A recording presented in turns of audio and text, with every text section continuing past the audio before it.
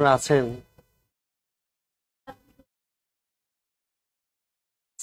এখানে সংবিধান টুল আপনাদের শেষ হয়ে যাবে।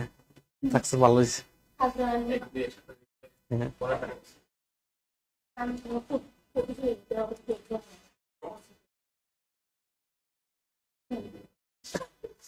আসসালামু আলাইকুম রহমতুল্লাহ। কেমন আছেন সবাই? আর আমার কথা শুনতে পাচ্ছেন কিনা একটু বলবেন। হ্যাঁ,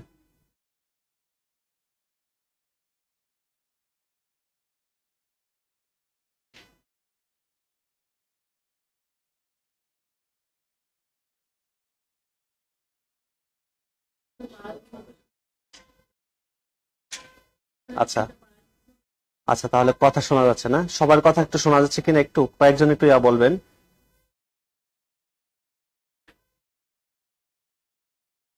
ওয়ালাইকুম সালাম। আলহামদুলিল্লাহ ভাইয়া, আলহামদুলিল্লাহ। আচ্ছা, ঠিক আছে, সবারই শোনা যাচ্ছে। ঠিক আছে, তাহলে আমরা শুরু করি। আমরা গত ক্লাসে সংবিধান 1 পড়িয়েছিলাম, আমাদের প্রথম অধ্যায়টা পর্যন্ত আমরা শেষ করেছিলাম। ঠিক আছে, যতদূর আমার মনে পড়ে আমরা প্রথম অধ্যায়টা শেষ করেছি। আজকে আমরা দ্বিতীয় অধ্যায়টা শেষ করব, সংবিধানের দ্বিতীয় অধ্যায়। হ্যাঁ, আর মানে দ্বিতীয় অংশটা মানে হচ্ছে আমরা দ্বিতীয় অধ্যায় থেকে শুরু করে একেবারে আজকে শেষ করব, পুরো সংবিধানটাই আমরা শেষ করব। ঠিক আছে ভাইয়া? আচ্ছা, আসেন আমরা শুরু করি। তাহলে আমাদের আজকে দিব হেডলাইন হচ্ছে আমাদের দ্বিতীয় অধ্যায়, সংবিধানের দ্বিতীয় অধ্যায়, যেখানে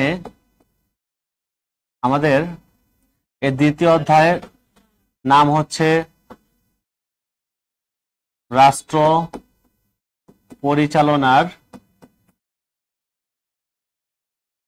পরিচালনার মূলনীতি। ওয়ালাইকুম সালাম, অনেক ধন্যবাদ ভাই, অনেক ধন্যবাদ।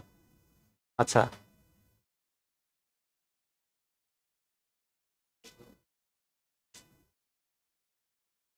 আচ্ছা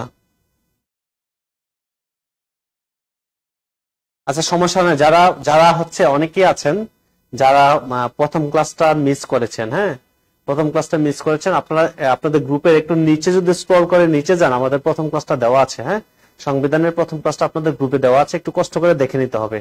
ঠিক আছে ভাইয়া? আর যদি নাওই পান তাহলে আমাদের অফিসে একটা মেসেজ দিয়েন, আপনাদের যে মেসেজ দেওয়ার যে আছে আমাদের ওইখানে একটা মেসেজ দিলে ওনারা আপনাদেরকে ওই ক্লাসটা দিয়ে দিবে। ঠিক আছে? আচ্ছা, আসেন আমরা শুরু করি। তাহলে রাষ্ট্র পরিচালনার মূলনীতি, যেখানে অনুচ্ছেদ আছে হচ্ছে 8 থেকে 25। 8 থেকে হচ্ছে 25। তো এখান থেকে আমরা সবগুলো শিখবো না, আমরা ধরে ধরে কয়েকটা অনুচ্ছেদ পড়বো। ঠিক আছে? যেহেতু আপনাদের সব লাগবে না। আমি 8 নাম্বার পড়াবো, আমি 9 নাম্বার পড়াবো, 10 নাম্বার পড়াবো, 11 পড়াবো আর 12 পড়াবো। এখান থেকে আমরা এগুলা পড়বো, 8, 9, 10, 11, 12। ঠিক আছে? আচ্ছা, অনেক ধন্যবাদ মোহাম্মদ আনামুল হক ভাই, অনেক ধন্যবাদ সুন্দর একটা কমেন্টস করার জন্য, অনেক ধন্যবাদ। আচ্ছা, যেটা বলছিলাম, আলহামদুলিল্লাহ ভাইয়া, আলহামদুলিল্লাহ। এবার আসেন 8 নম্বর অনুচ্ছেদে বলা আছে যে মূলনীতির কথা। এখানে বলাই আছে যে মূলনীতি, এটা হেডলাইনটাই হচ্ছে মূলনীতি, যে আমাদের রাষ্ট্র পরিচালনার মূলনীতি থাকবে 4টা: জাতীয়তাবাদ, সমাজতন্ত্র, গণতন্ত্র, ধর্ম নিরপেক্ষতা। এই 4টা হবে আমাদের রাষ্ট্র পরিচালনার 4টা মূল নীতি। এই নীতির অনুসারে আমাদের রাষ্ট্র পরিচালিত হবে, এটা 8-এ বলা আছে। আবার দেখেন এই যে 9, 10, 11, 12 এই 4টাতে আবার এই 4টা মূলনীতির ডিটেলস বর্ণনা আছে। তারপরে দেখেন 8-এ বলা আছে আমাদের রাষ্ট্র পরিচালনার জন্য মূলনীতি লাগবে 4টা, যে জাতীয়তাবাদ, সমাজতন্ত্র, গণতন্ত্র এবং ধর্মনিরপেক্ষতা। এই 4টা হবে আমাদের রাষ্ট্র পরিচালনার 4টা মূলনীতি। ঠিক একইভাবে 9, 10, 11, 12 এই 4টারই আবার ডিটেলস। 8 হচ্ছে শিরোনাম, 9-এ বলা আছে জাতীয়তাবাদের কথা, জাতীয়তাবাদ, 10-এ বলা আছে সমাজতন্ত্র, 11 বলা আছে গণতন্ত্র, আর 12-তে বলা আছে ধর্ম নিরপেক্ষতা।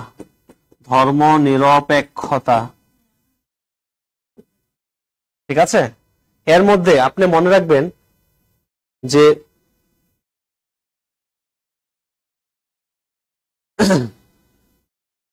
হ্যাঁ, তাহলে এর মধ্যে থেকে আপনার পরীক্ষায় মনে রাখবেন, পরীক্ষায় গণতন্ত্রের একটা পরীক্ষা আসে, সবচেয়ে বেশি আসে 11 নাম্বার গণতন্ত্র। ঠিক আছে, গণতন্ত্রের ব্যাপারটা হচ্ছে যে গণতান্ত্রিক সিস্টেমটা কি, যে আমরা জনগণ নির্বাচনের মাধ্যমে, ভোটের মাধ্যমে আমরা কি করি, প্রতিনিধি নির্বাচন করি। পরীক্ষা সরাসরি এইভাবে আসে যে জনগণের ভোটের মাধ্যমে নির্বাচিত প্রতিনিধি হাতে ক্ষমতা হস্তান্তরের ব্যাপারটা কোন অনুচ্ছেদে বলা আছে। দেখেন সরাসরি কিন্তু এখানে বলা নেই, কিন্তু আমরা জানি গণতন্ত্রের ব্যাপারটা কিন্তু এটাই। ঠিক আছে, এটা কিন্তু 11 নাম্বার, এটা পরীক্ষা, অনেক পরীক্ষা এসছে, মনে রাখবেন আপনারা। 11 মনে রাখবেন, এই 12 মনে রাখবেন, ধর্ম নিরপেক্ষতা নীতির, এটাও মনে রাখবেন। ঠিক আছে, 12 নাম্বারটাও কিন্তু মনে রাখতে হবে, ধর্ম নিরপেক্ষতা, অর্থাৎ ধর্ম নিরপেক্ষতার নীতি বাস্তবায়নের জন্য রাষ্ট্র সব ধরনের ব্যবস্থা নিবে, অর্থাৎ কোন বিশেষ ধর্ম পালনকারী ব্যক্তিকে কোন ধরনের বৈষম্য করতে পারবে না। মনে করেন যে আমাদের রাষ্ট্রের মধ্যে ধরেন যে রাষ্ট্র ধর্ম তো আমরা দেখে আসছি যে ইসলাম, আমাদের রাষ্ট্র ধর্ম হচ্ছে ইসলাম, কিন্তু একজন ব্যক্তি একটা বিশেষ ধর্ম, মনে করেন যে খ্রিস্টান বা ছোট্ট একটা ধর্ম পালন করতেছে, ওই ধর্মের মানুষ কম বলে যে তাকে আপনি নিগৃহীত করবেন, শোষিত করবেন, তাকে বিভিন্ন সুযোগ সুবিধা থেকে বঞ্চিত করবেন, এটা করা যাবে না। এটাই হচ্ছে ধর্ম নিরপেক্ষতার নীতি, বাস্তবায়নের জন্য রাষ্ট্র যেন সব ধরনের কার্যকর ব্যবস্থা গ্রহণ করে, এটার কথা বলা আছে হচ্ছে আমাদের 12 নম্বরে। 12 নম্বরের পরে আমরা চলে যাব 17 নম্বর। 17 নাম্বার।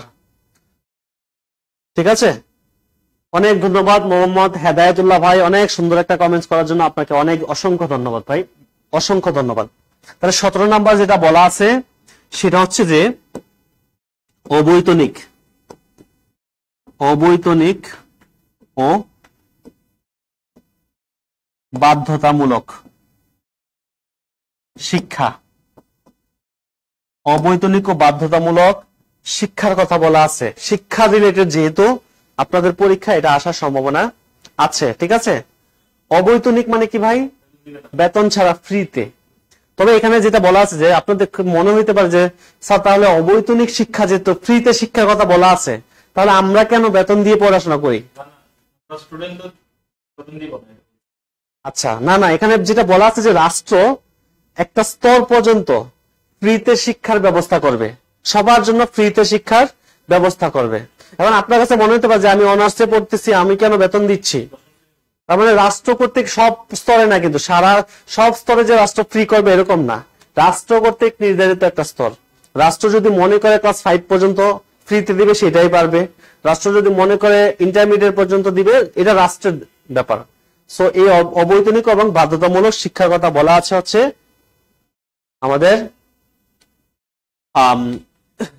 17 নাম্বার। ঠিক আছে, 17 পরে আমরা চলে যাব 22 হচ্ছে নির্বাহী বিভাগ থেকে, এটার মধ্যে একটা স্টার মারবেন, 22 নাম্বার নির্বাহী বিভাগ থেকে বিচার বিভাগ।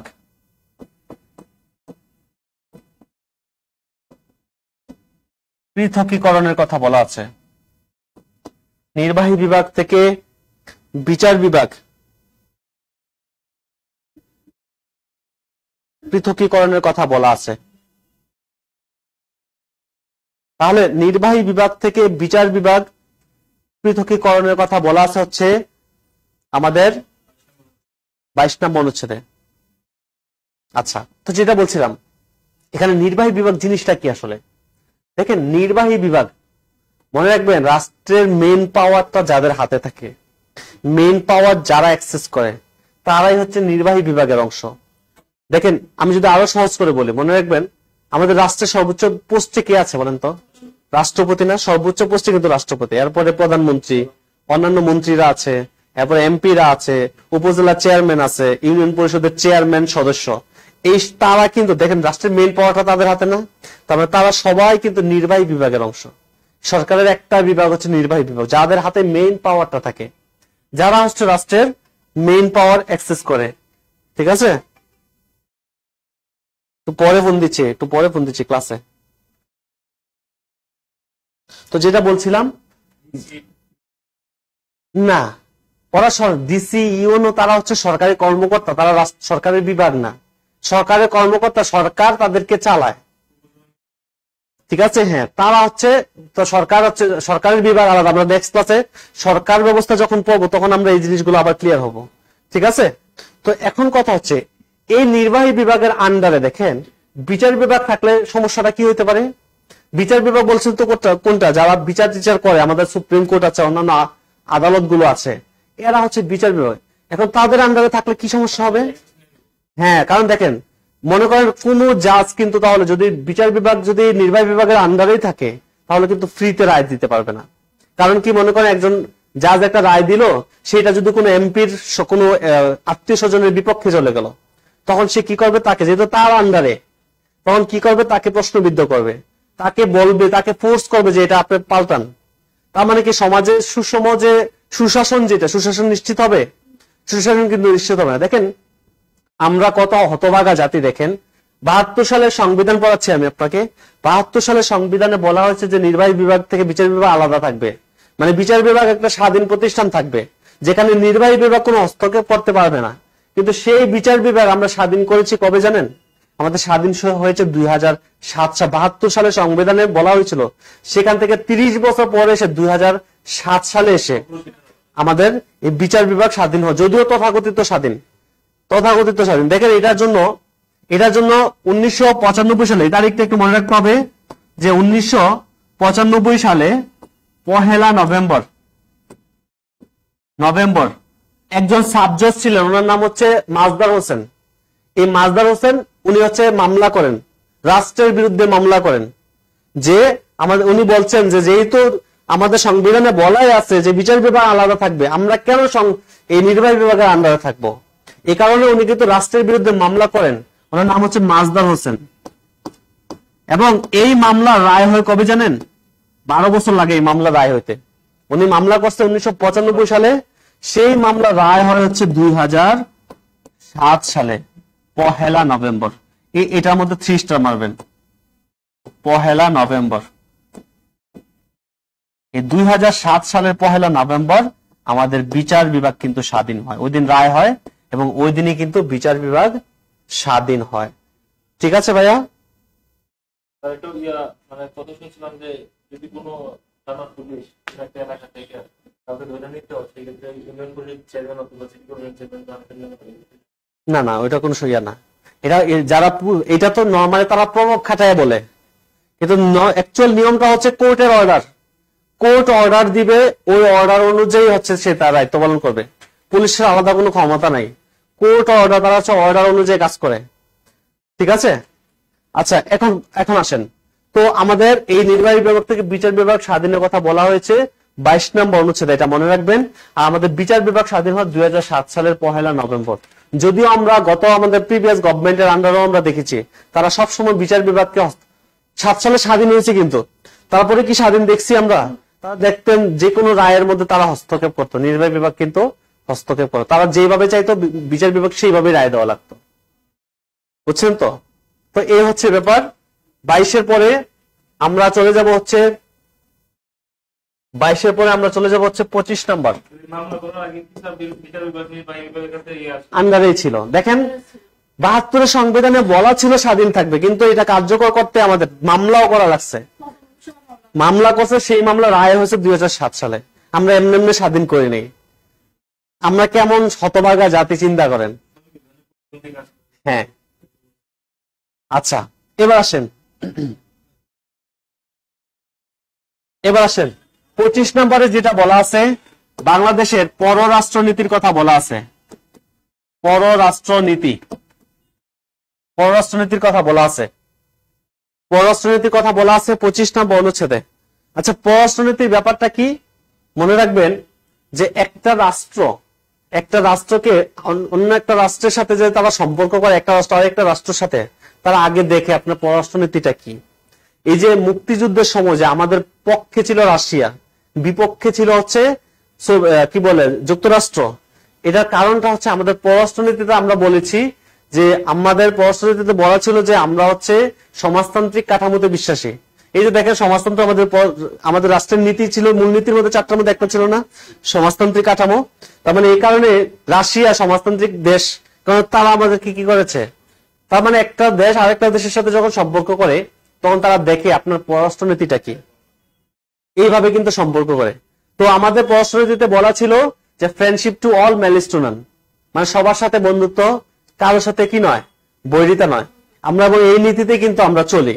যদি কেউ ভাইবা দিতে যান আপনাদেরকে এই পররাষ্ট্রনীতির ব্যাপারটা জিজ্ঞাসা করে মাঝে মাঝে, ঠিক আছে? সো ভাইবাতে এই কোশ্চেনটাই করে যে আমাদের পররাষ্ট্রনীতিটা কি আসলে, আমাদের পররাষ্ট্রনীতি বা কোনো সমস্যা হইলে, যে কোনো আন্তর্জাতিক যখন সমস্যা হয় আমরা কোন দিকে যাব, আপনাকে বলবে, মনে করেন রাশিয়া ইউক্রেন যুদ্ধ হচ্ছে, আপনি ভাইবা দিতে গিয়েছেন, তখন আপনাকে জিজ্ঞাসা করবে আপনি কোন দলকে সাপোর্ট করবেন, ঠিক আছে?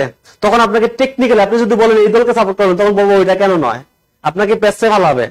তখন আপনি বলবেন, আপনি টেকনিক্যালি বলতে হবে যে স্যার আমাদের পররাষ্ট্রনীতিতে বলা আছে আমাদের সবার সাথে বন্ধুত্ব, কারোর সাথে কি নয়, শত্রুতা না, friendship to all malice two নান। এটা বললে তারা আসলে এইটাই জানতে চায়। হ্যাঁ, ঠিক আছে। তো এই হচ্ছে ব্যাপার আর কি। হ্যাঁ হ্যাঁ হ্যাঁ হ্যাঁ হ্যাঁ। এরপর আসেন, কারণ কারণ কারণ ইসরায়েলের সাথে আমাদের কোনো বাণিজ্যিক সম্পর্ক নাই, আমাদের কূটনৈতিক সম্পর্ক নেই, কোনো সম্পর্ক তাদের সাথে নাই। এই কারণে কূটনৈতিক সম্পর্ক থাকলে আমাদের পাসপোর্ট দেওয়া থাকতো, বৈধতা দেওয়া থাকতো, ঠিক আছে? আচ্ছা আসেন, এবার আসেন আমাদের দ্বিতীয় অধ্যায় শেষ, আমরা চলে যাবো হচ্ছে তৃতীয় অধ্যায়। আমরা চলে যাবো হচ্ছে তৃতীয় অধ্যায়।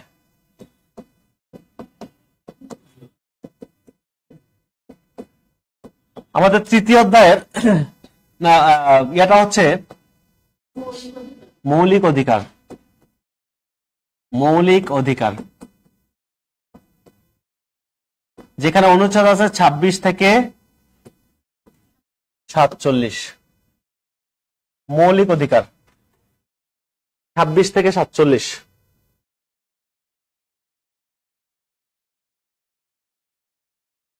আচ্ছা, আমরা প্রথমে দেখব 27 নম্বর অনুচ্ছেদ। 27 নম্বর অনুচ্ছেদ। 27-এ বলা আছে, দেখেন, সকল নাগরিক, এটা সরাসরি এইভাবে আসে, সকল নাগরিক আইনের দৃষ্টিতে সমান। আইনের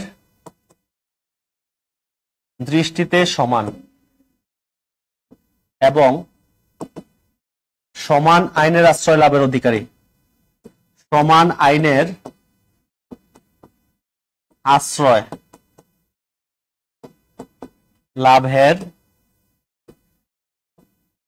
অধিকারী।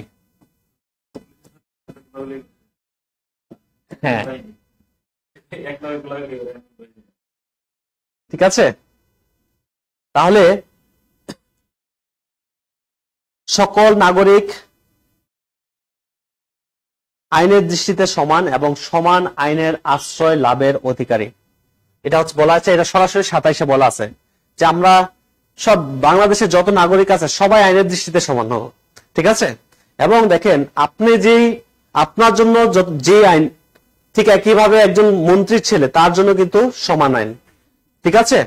এটা কিন্তু আমাদের সংবিধানে বলা আছে, যদিও রাষ্ট্র চলে উল্টাটা, রাষ্ট্র দেখেই আমরা চলে হচ্ছে উল্টা। যদিও আমাদের বলা আছে যে এটা আমাদের রাষ্ট্রের সর্বোচ্চ আইন, এটা আমাদের মানতেই হবে, কিন্তু আমরা কিন্তু মানি না, ঠিক আছে? এরপর আসেন, এই যে সরাসরি এইটা লাইনটাই উঠাই দিয়ে বলে এটা কত নম্বর অনুচ্ছেদে আছে, সরাসরি এইভাবে লাইনটা দিয়ে উঠাই দিয়ে বলে এটা কত নম্বর অনুচ্ছেদে আছে, ঠিক আছে? হ্যাঁ, এরপর আসেন আমরা তারপরে দেখবো হচ্ছে আমি 36 থেকে 36 নাম্বার, 37 নাম্বার, 38 নাম্বার, এগুলো এখন বর্তমানে সবচেয়ে বেশি ইম্পর্টেন্ট। 39 নাম্বার, 40, 41 এগুলা পড়াবো এখন। দেখেন, এখানে এই অনুচ্ছেদগুলো আপনি একটা লাইন দিয়ে মনে রাখবেন, চশমা সংবাক। চশমা সংবাক, হ্যাঁ, চশমা সংবাক। আচ্ছা, একজন বলছে সমাজতন্ত্র কি, আমি একটু পরে আমি এটা ব্যাখ্যা করব, ঠিক আছে? আপনি লাস্টের দিকে এটা ব্যাখ্যা করব সমাজতন্ত্রটা। আসেন, চশমা সংবাক, এখানে মনে রাখবেন চ দিয়ে হচ্ছে 36-এ যেটা বলা আছে চলাফেরার স্বাধীনতা, চলাফেরার স্বাধীনতার কথা বলা আছে, চলাফেরার স্বাধীনতার কথা বলা আছে।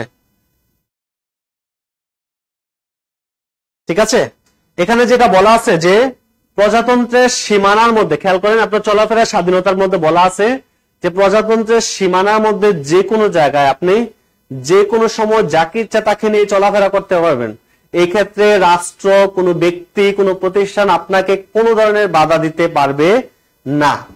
এটা আপনার চলাফেরার স্বাধীনতার মধ্যে এটা বলা আছে।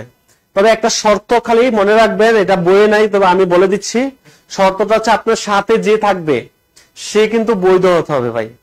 তাহলে আপনি বলছেন যে প্রজাতন্ত্রের সীমানার মধ্যে আপনার যাকে ইচ্ছা তাকে নিয়ে চলাফেরা করতে পারবেন, এই কথা শুনে খুশি হয়ে মনে করেন আপনি আপনার গার্লফ্রেন্ডকে নিয়ে বা বয়ফ্রেন্ডকে নিয়ে চলে গেলেন, তাহলে কিন্তু হবে না। তখন কিন্তু রাস্তা পুলিশ ধরলে তখন কিন্তু আমার দোষ নেই ভাই।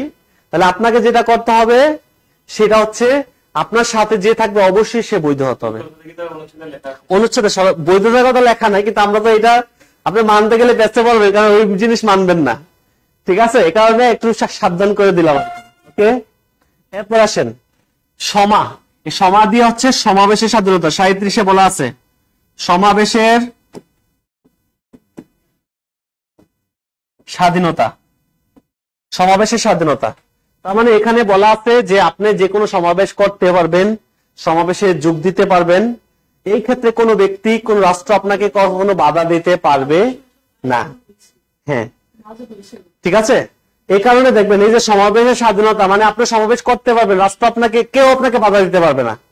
এই কারণে দেখবেন প্রিভিয়াস গভর্নমেন্টের সময় তারা বিএনপি কে সবসময় ইয়ার মধ্যে রাখতো, কিন্তু বিএনপি যখন সমাবেশের চাইতো, অনুমতি চাইতো, অনুমতি কিন্তু দেওয়া লাগতো। হয়তো আজকে চাইলে আজকে দেয় নাই, কালকে দিয়েছে, এই জায়গায় চাইলে এই জায়গায় দেয় নাই, অন্য জায়গায় দিয়েছে, কিন্তু অনুমতি কিন্তু দেওয়া লাগছে, কারণ এটা রাষ্ট্রের সর্বোচ্চ আইন, আপনাকে মানতেই হবে, আপনার দেওয়া লাগবেই, এটা বাধা দিতে পারবেন না। তার মানে সমাবেশ করার অধিকার সবারই আছে। ঠিক আছে, এরপরে আসেন সং দিয়ে হচ্ছে সংগঠনের স্বাধীনতা। 38 ঠিক একইভাবে আগেরটার মতোই, যে আপনি যে কোনো সংগঠন করতে পারবেন, সংগঠনে যোগ দিতে পারবেন। ঠিক আছে,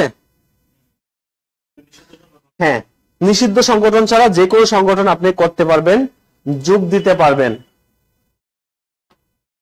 এটা হচ্ছে বলা আছে 38 নাম্বার। 39 নাম্বার বাক স্বাধীনতা, বাক বা কথা বলার স্বাধীনতা। বাক স্বাধীনতার কথা বলা আছে হচ্ছে আপনি আপনার মত প্রকাশের পূর্ণ স্বাধীনতার কথা বলা আছে হচ্ছে আমাদের 39-এ। ঠিক আছে, তাহলে 39 নাম্বার অনুচ্ছেদে হচ্ছে বাক স্বাধীনতার কথা বলা আছে। এরপর আসেন আমরা 40 দেখবো না, 40 দেখবো না, 39 দিলাম, আমরা 41-এ যাবো। 41 হচ্ছে ধর্মের স্বাধীনতা। এটা পরীক্ষা আসে, ধর্মের স্বাধীনতা। 41 হচ্ছে ধর্মের স্বাধীনতার কথা বলা আছে। ঠিক আছে, এটাও কিন্তু পরীক্ষা আসে। হ্যাঁ হ্যাঁ, তাহলে ভারতে বলা আছে ধর্মনিরপেক্ষতা, আর 41 হচ্ছে ধর্মের স্বাধীনতা। তার মানে আপনি দেখেন এখানে ভারতে কি বলা ছিল, আমি একটু ক্লিয়ার করি। ভারতে ধর্ম নিরপেক্ষতার কথা বলা ছিল, তার মানে কোন ধর্ম পালন, বিশেষ ধর্ম, মানে রাষ্ট্র ধর্ম নিরপেক্ষতা নীতি বাস্তবায়নের জন্য সব ধরনের ব্যবস্থা নিবে। মনে করেন একটা ব্যক্তি একটা বিশেষ ধর্ম পালন করতেছে, তাহলে তাকে যেন সে যেন কোনো সমস্যার সম্মুখীন না হয়, এই ব্যবস্থাগুলো রাষ্ট্র নিবে। ঠিক আছে, কোন বিশেষ ধর্ম পালনকারী ব্যক্তিকে কোনো বিশেষ মর্যাদা দিবে না রাষ্ট্র, সবার জন্য সমান ইয়া থাকবে। এটা হচ্ছে ধর্ম নিরপেক্ষতা। আর ধর্মের স্বাধীনতা কি, মনে করেন আপনি একটা ধর্ম পালন করতেছেন, তার মানে আপনার এই ধর্মটা পছন্দ হচ্ছে না, আপনি চাইলে এই ধর্ম চেঞ্জ করতে পারবেন, অন্য ধর্মে গ্রহণ করতে পারবেন, ধর্মীয় উপাসনালয় তৈরি করতে পারবেন। এই জিনিসগুলোর কথা বলা আছে কত নম্বর ভাই? 41 নম্বর। আপনি চাইলে এখানে, আপনি যদি মনে করেন একটা ধর্ম পালন করতেছেন, ভাল লাগতেছেন, অন্য ধর্মে চলে যাবেন, কেউ আপনাকে বাধা দেওয়ার ক্ষমতা নেই। ঠিক আছে ভাইয়া, তার মানে হ্যাঁ, আমাদের বিগত সরকারের আমলে এগুলো অনেক জিনিসই আমরা সাধারণত পাইনি। ঠিক আছে, যাই হোক সমস্যা নেই, এখন আস্তে আস্তে ঠিক হয়ে যাওয়ার কথা, এখন আস্তে আস্তে আমাদের ঠিক হয়ে যাবে। তো ধর্মের স্বাধীনতার কথা বলা আছে হচ্ছে আমাদের কত নম্বর ভাইয়া? 41, মনে রাখবেন 41 নাম্বার। ঠিক আছে, জারি করে। আমরা আরেকটা জিনিস মনে রাখবেন, এই যে আমি বলেছিলাম যে দেশে যদি জরুরি অবস্থা জারি হয়, এটা 41-এর কতে পড়াবো আমি, 141-এর ক, 141 কতে বলা আছে, এটা আমি একটু পরে পড়াবো। জরুরি অবস্থার কথা বলা আছে, যদি দেশে জরুরি অবস্থা জারি হয়, আপনারা জানেন এই অধিকারগুলো যদি আপনি না পান, আপনি কিন্তু মামলা করতে পারবেন আদালতে, হাইকোর্টে করতে পারবেন, রিট করতে পারবেন, মামলা করতে পারবেন। ঠিক আছে, তো সেই যে জিনিসটা নিয়ে না পাইলে আপনি মামলা করতে পারতেছেন, তার মানে এটা আপনাকে রাষ্ট্র দিতে বাধ্য। কিন্তু যদি জরুরি অবস্থা জারি হয়, তাহলে কিন্তু এই অধিকারগুলো অটোমেটিক কি থাকবে জানেন, স্থগিত থাকবে। ঠিক আছে, যদি জরুরি অবস্থা জারি হয়, আপনি এগুলো চলাফেরা করতে পারবেন না, সমাবেশ করতে পারবেন না, সংগঠন করতে পারবেন না, কারোর বিরুদ্ধে কিছু বলতে পারবেন না। ঠিক আছে, এইগুলো অটোমেটিক স্থগিত থাকবে। ঠিক আছে, যাই হোক আমি আগাই। এবার আসেন 41-এর পরে আমরা চলে যাব হচ্ছে 44 নাম্বার। 44 নাম্বার, আচ্ছা 44টা পড়াই। সেটা হচ্ছে মৌলিক অধিকার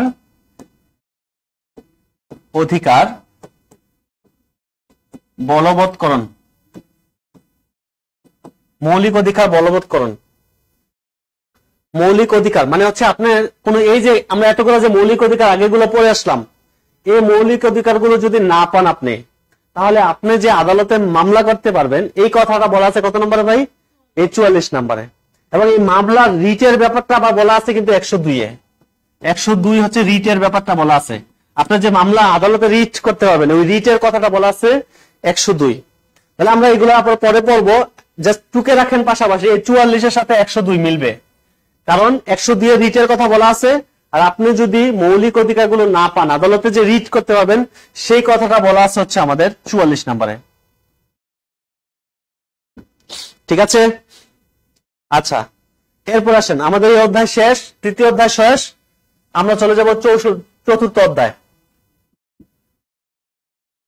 চতুর্থ অধ্যায় নির্বাহী বিভাগ।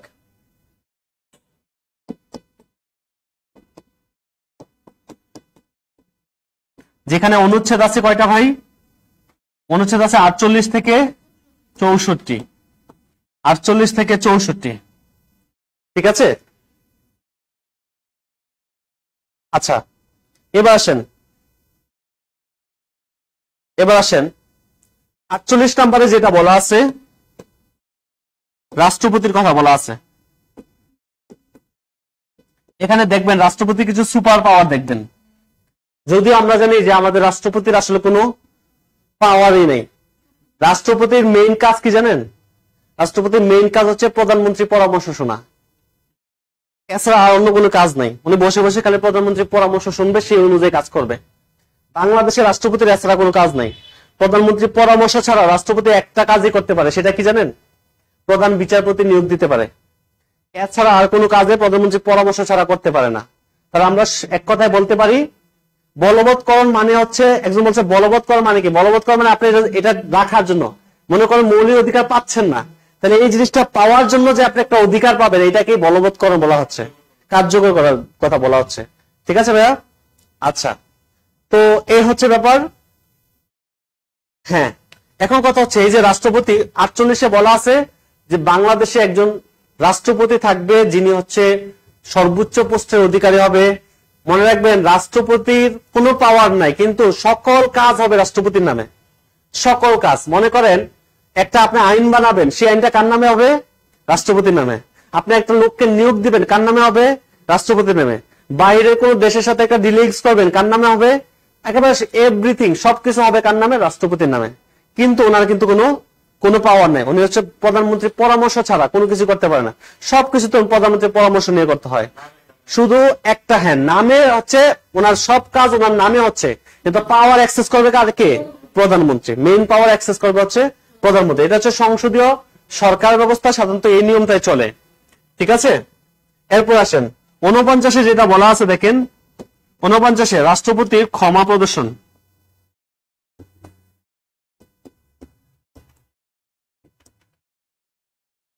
ক্ষমা প্রদর্শন অর্থাৎ রাষ্ট্রপতি যদি চান, তাহলে যে কোনো আদালতের দেওয়া বা যে কোনো ট্রাইব্যুনালের দেওয়া যত বড় অপরাধী হোক, সেটা চাইলে কি করে দিতে পারেন, ক্ষমা করে দিতে পারেন। তাহলে এখানে একটা পাওয়ার দেখলাম আমরা রাষ্ট্রপতির, যত বড় অপরাধী হোক উনি যদি ক্ষমা করে দেন।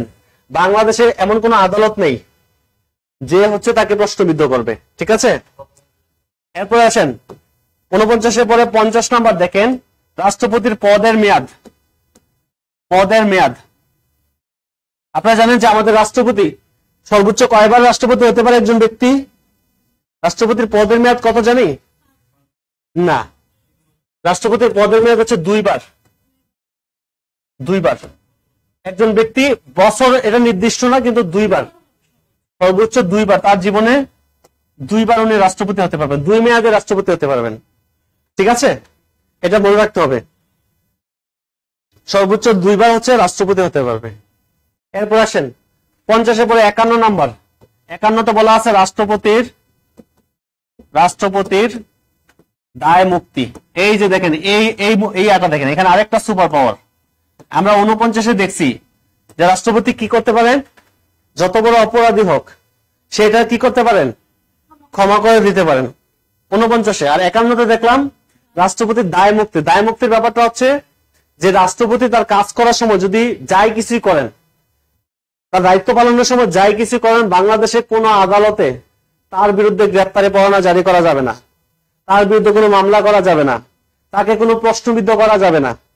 ঠিক আছে, তার মানে উনি হচ্ছে আইনের ঊর্ধ্বে।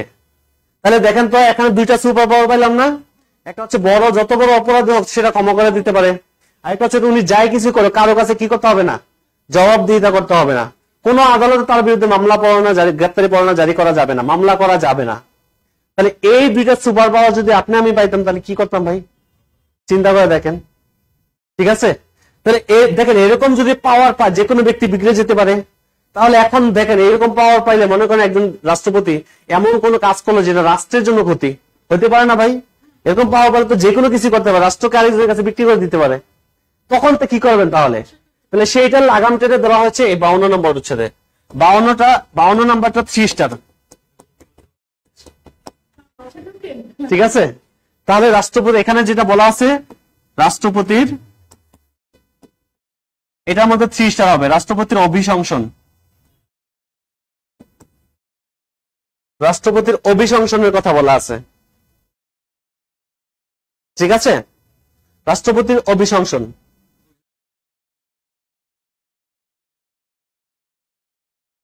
হ্যাঁ, এখানে দেখেন তাহলে রাষ্ট্রপতির অভিশংসনের ব্যাপারটা কি, ওই যে দেখেন সে যদি এবার মনে করেন এমন কোনো কাজ করলো যে কাজটা মানে রাষ্ট্রের জন্য ক্ষতি, তাহলে আপনি চাইলে রাষ্ট্রপতিকে কি করতে পারবেন জানেন, তার পদ থেকে সরিয়ে দিতে পারবেন, যেটা কি বলা হচ্ছে রাষ্ট্রপতির অভিশংসন। নিয়মটা কি, রাষ্ট্রপতির পদ থেকে সরাইতে হলে এটা কি আমরা জনগণ সরাবো?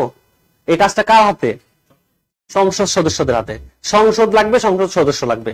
ওই মোট সংসদ সদস্য যারা আছে তাদের কি করবে, তারা 2/3 যদি একমত হয়, 3 ভাগের 2 ভাগ যদি বলে যে না আমরা রাষ্ট্রপতিকে সরাই দিতে চাই, তাহলে হ্যাঁ, তাহলে হচ্ছে তাকে রাষ্ট্রপতি পদ থেকে অপসারণ করা যাবে। এটাকে বলা হচ্ছে রাষ্ট্রপতির অভিশংসন। বুঝছেন তো? হ্যাঁ হ্যাঁ হ্যাঁ, উনি রাষ্ট্রপতি থাকা অবস্থায় আপনি তার বিরুদ্ধে কিছু করতে পারবেন না, কিন্তু রাষ্ট্রপতি না থাকলে তখন তো সাধারণ মানুষ, তখন চাইলে আপনি তার বিরুদ্ধে যাই কিছু করতে পারবেন। ঠিক আছে, এই হচ্ছে ব্যাপার। এবার আসেন তাহলে আমাদের 52 শেষ। 52 পরে আমরা দেখবো, দেখেন 52 পরে আমরা দেখবো হচ্ছে 63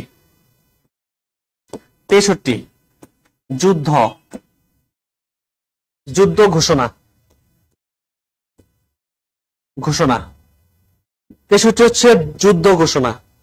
এখানে যেটা বলা আছে, আচ্ছা এখানে একজন বলছে রাষ্ট্রপতি হতে কত বছর লাগে? আপনারা জানেন রাষ্ট্রপতি হতে হলে কয় বছর লাগে ভাই? 35 বছর, তাই না? প্রধানমন্ত্রী হতে কয় বছর লাগে? 25 বছর, তাই না? এমপি হতে কয় বছর লাগে? এমপি হতে হলো 25 বছর লাগে। হ্যাঁ, মেম্বার চেয়ারম্যান হতে কয় বছর লাগে? কিন্তু বিয়ে করতে কয় বছর লাগে? 18-21, তাই না? বিয়ে করতে হচ্ছে 18-21 লাগে। হ্যাঁ, ঠিক আছে। আচ্ছা যাই হোক, এবার আসেন রাষ্ট্রপতি। আরেকজন বলছে রাষ্ট্রপতি নির্বাচন করে কে, নিয়োগ দেয় কে? রাষ্ট্রপতি নিয়োগ দেয় বলতে রাষ্ট্রপতিকে সিলেক্ট করে হচ্ছে সংসদ সদস্য যারা, তারা হচ্ছে সংসদ ভোট দিয়ে দেওয়ার মাধ্যমে তারা হচ্ছে রাষ্ট্রপতিকে সিলেক্ট করে। ঠিক আছে,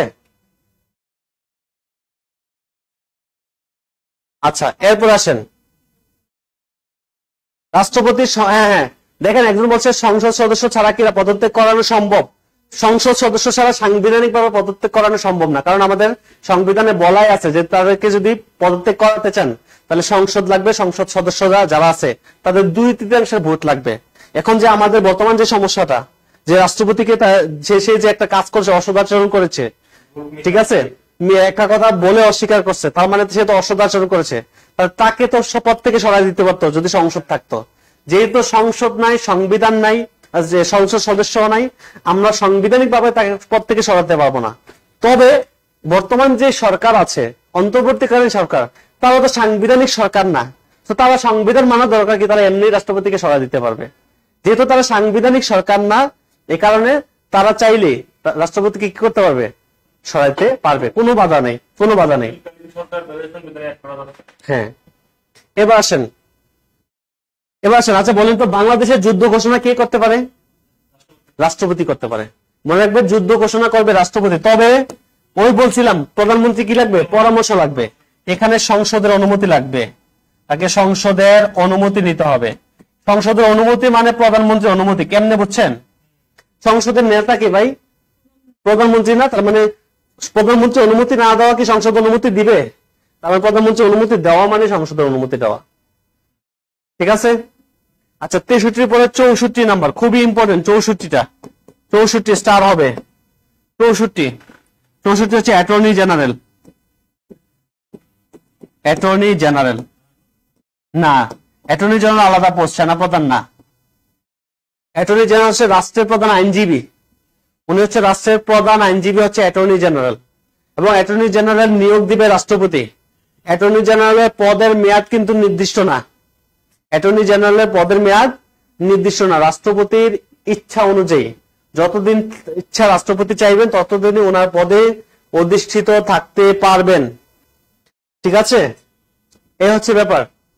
64 পরে আমরা চলে যাব আমাদের চতুর্থ অধ্যায় শেষ, আমরা চলে যাব পঞ্চম অধ্যায়, আইন বিভাগ। আইন বিভাগ। আচ্ছা, আপনারা কি জানেন আমাদের আইন তৈরি করে কোথায়? প্রতিষ্ঠানটার নাম কি? কোথায় আইন তৈরি করে? 65 থেকে 93। আমরা কোন জায়গায় আইন তৈরি করি কে বলতে পারবেন? বাংলাদেশে আইন কারা তৈরি করে? অনলাইনে যারা আছেন একটু বলেন তো ভাইয়া। অনলাইনে যারা আছেন, আমাদের বাংলাদেশে কারা আইন তৈরি করে? আমি জানি অনলাইনে কেউ না কেউ পারবে। ঠিক আছে, আইন তৈরি করে কারা? হ্যাঁ, সিদরাতুল মুনতাহা, ভেরি গুড। তারপরে মোহাম্মদ আশরাফুল ইসলাম, অনেক ধন্যবাদ। তারপরে হচ্ছে কঙ্গিয়া আং মামা, এটা আবার কি ভাই নাম? জি ভাই, হ্যাঁ, ভেরি গুড। তার মানে জাতীয় সংসদ। জাতীয় সংসদের আরেক নাম হচ্ছে আইনসভা। জাতীয় সংসদের আরেক নাম, যারা হচ্ছে ওই যে বলছিলাম আইন কিন্তু সাধারণ মানুষ তৈরি করবে না, আমরা তৈরি করবো না। কারা করবে? সংসদ সদস্যরা। তারা সংসদে বসবে, ওখানে বিল উত্থাপন হবে, ভোট দিবে, সেটা রাষ্ট্রপতির কাছে গেলে সেটা আইন হবে। বুঝছেন তো? তাহলে আইন তৈরি করে কারা? জাতীয় সংসদ। তার মানে এখানে আমরা এই আইন বিভাগ বলতে জাতীয় সংসদের কথাই বলা আছে। তাহলে আমাদের 65 নম্বর অনুচ্ছেদে বলা আছে জাতীয় সংসদের কথা। হ্যাঁ, আরেক জিনিস। ঠিক আছে, তাহলে জাতীয় সংসদ, আইন বিভাগের কাজই হচ্ছে আইন তৈরি করা। এই যে সংসদ কি করবে? আইন তৈরি করবে, আইন সংশোধন করবে, পরিবর্তন করবে, পরিবর্ধন করবে। এই কাজগুলো করবে কারা? জাতীয় সংসদ। ঠিক আছে, রাইট। তার মানে 65তে আমাদের জাতীয় সংসদের কথা বলা আছে। এবার আসেন, মাশাআল্লাহ আমার এখানে অনলাইনে যারা আছে অনেক মেধাবী স্টুডেন্ট, সবাই পারতেছে। এবার আসেন দেখেন, আচ্ছা যেটা বলছিলাম, দেখেন আমি যে জাতীয় সংসদে একটু একটা জিনিস এক্সট্রা লিখেন, যেটা হচ্ছে বিল। জাতীয় সংসদে এই যে বিল উত্থাপন করে, বিল কিন্তু দুই ধরনের। একটা হচ্ছে সরকারি বিল, আরেকটা হচ্ছে বেসরকারি বিল। বেসরকারি বিল, একটা হচ্ছে সরকারি বিল, আরেকটা হচ্ছে বেসরকারি বিল। ঠিক আছে, আপনি আবার এরকম বলেন না যে কারেন্ট বিল আর বিদ্যুৎ বিল, এরকম বলেন না কিন্তু। সরকারি বিল আর হচ্ছে বেসরকারি বিল। হ্যাঁ হ্যাঁ হ্যাঁ, আচ্ছা দেখেন তো, এই যে বিল, সরকারি বিল, এটা যদি মনে করেন যদি মন্ত্রী কোনো বিল উত্থাপন করে, মন্ত্রী, তাহলে সেই বিলটা হবে সরকারি বিল। আর যদি কোনো মন্ত্রী ছাড়া কোনো এমপি যদি কোনো বিল উত্থাপন করে সেটা হবে কি ভাই? বেসরকারি বিল। ঠিক আছে? সংবিধান তৈরি করে কারা? সংবিধানের ক্লাস কি নিয়েছি আমরা? এটাই তো। তাহলে আমি প্রথম ক্লাসে বললাম না, আমাকে যদি এখন এই কোশ্চেন করেন দ্বিতীয় ক্লাসে সে হবে। সংবিধান কারা বানায় ভাই? কাদেরকে আমরা গণপরিষদে আমরা যে সংবিধান বানানোর জন্য কাদেরকে দায়িত্ব দিছিলাম? সংসদ সদস্যরা না? তাহলে এগুলো তো সংসদ সদস্যরা বানাবে, তাই না? আচ্ছা, হ্যাঁ, আচ্ছা, এরপর আসেন। আচ্ছা, তো এ হচ্ছে সরকারি বিল হচ্ছে মন্ত্রী যদি উত্থাপন করে, আর বেসরকারি বিল হচ্ছে যদি কোনো এমপি কোনো বিল উত্থাপন করে সেটা হবে বেসরকারি বিল। এবার আসেন 65 পরে আমরা চলে যাব 70। এটা এই অনুচ্ছেদটা বাতিল হওয়ার সম্ভাবনা আছে। এখানে যেটা বলা আছে ফ্লোর ক্রসিং, এটা বলা আছে কি জানেন? এটা বলা আছে ফ্লোর ক্রসিংটা হচ্ছে যে আপনি যদি আপনার দলের বিপক্ষে ভোট দেন, মনে করেন আপনি একটা রাজনৈতিক দল থেকে নির্বাচন করেছেন, এমপি হয়েছেন, হওয়ার পরে সংসদে ওই যে সরকার এমপিরা বিল উত্থাপন করে, মন্ত্রীরা বিল উত্থাপন করে, সেখানে তো আপনার পক্ষে বিপক্ষে ভোট দেওয়ার সুযোগ আছে। আপনি মনে করেন আপনার দলীয় একজন ব্যক্তি, একজন এমপি একটা বিল উত্থাপন করলো, আপনি যদি এটার বিপক্ষে ভোট দেন, তার মানে আপনার ফ্লোর আপনি কি করলেন? ক্রস করলেন। এটাকে বলা হচ্ছে কি ভাই? Floor crossing. তবে আসার কথা হচ্ছে বাংলাদেশের সংবিধানে ফ্লোর ক্রসিং এর কোনো জায়গা নাই। আপনার দলের বিপক্ষে আপনি ভোট দিতে পারবেন না। যখনই ভোট দেবেন আপনার সংসদ সদস্য পদ শূন্য হয়ে যাবে, সাথে সাথে আপনার ইয়া শেষ। ঠিক আছে? তার মানে এটা বিতর্কিত একটা অনুচ্ছেদ ফ্লোর ক্রসিং। আপনার দলের পক্ষে, আপনার দলে একটা কোনো ব্যক্তি একটা বিল উত্থাপন করছে, সেটা দ্বিমত আপনার থাকতেই পারে।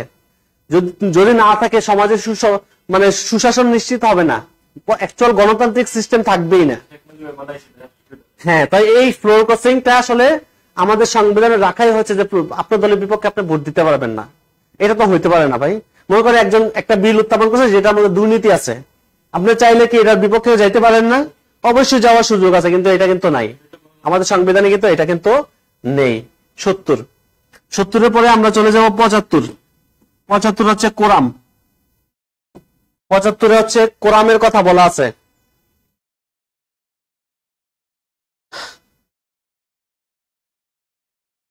সরকারি বিল উত্থাপন করে যে কোনো মন্ত্রী, শুধু অর্থমন্ত্রী না, যে কোনো মন্ত্রী যদি কোনো বিল উত্থাপন করে সেটা হচ্ছে সরকারি বিল। আর কোন এমপি যদি কোনো বিল উত্থাপন করে সেটা হবে বেসরকারি বিল।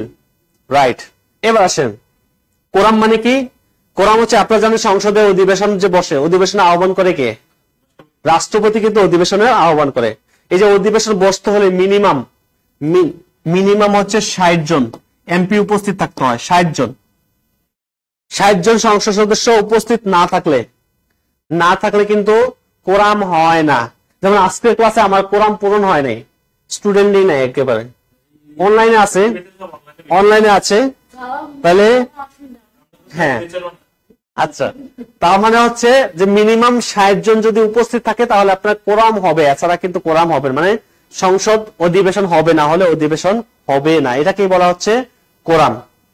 কোরামের পরে 77 নাম্বার, এটার মধ্যে 30টা মারবেন, 30টা। 77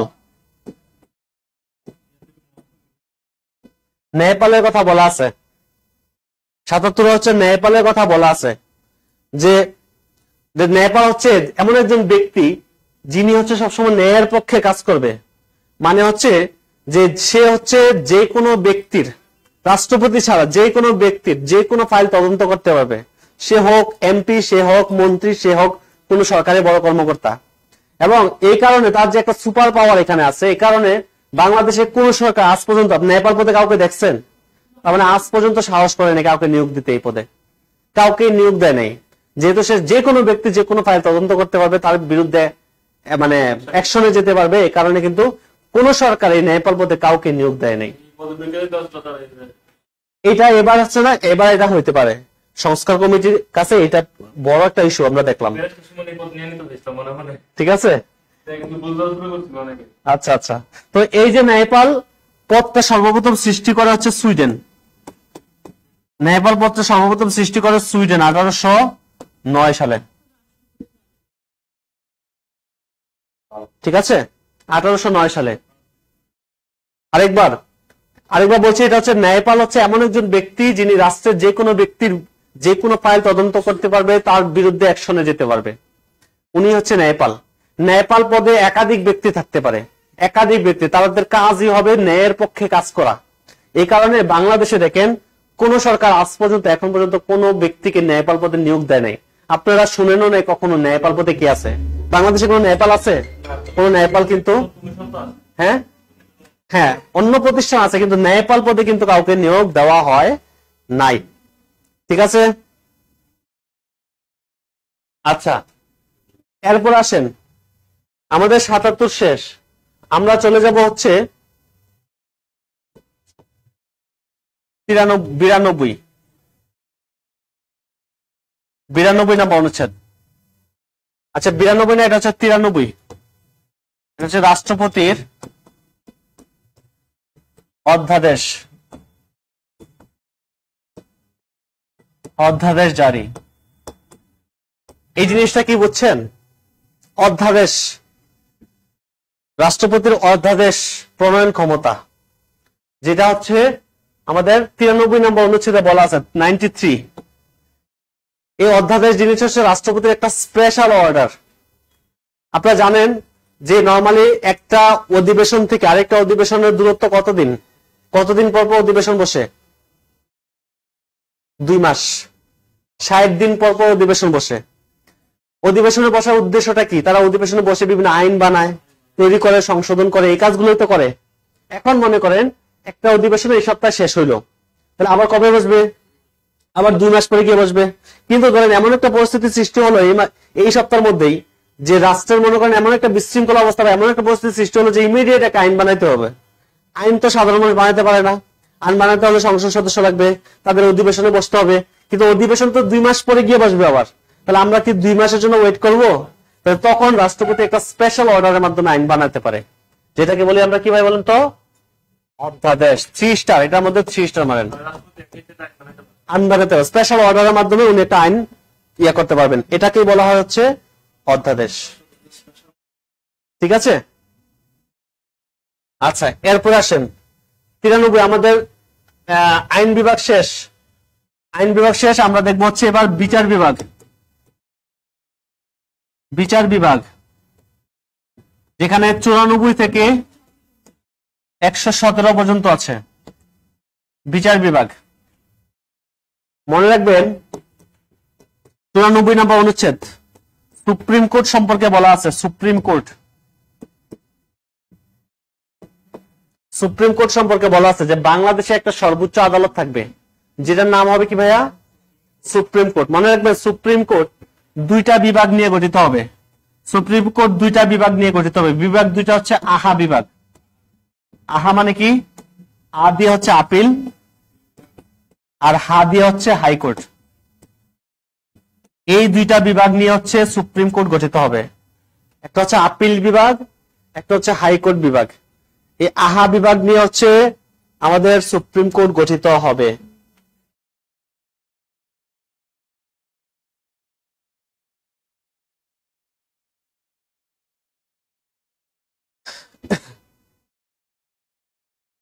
আচ্ছা হ্যাঁ, এরপরে আসেন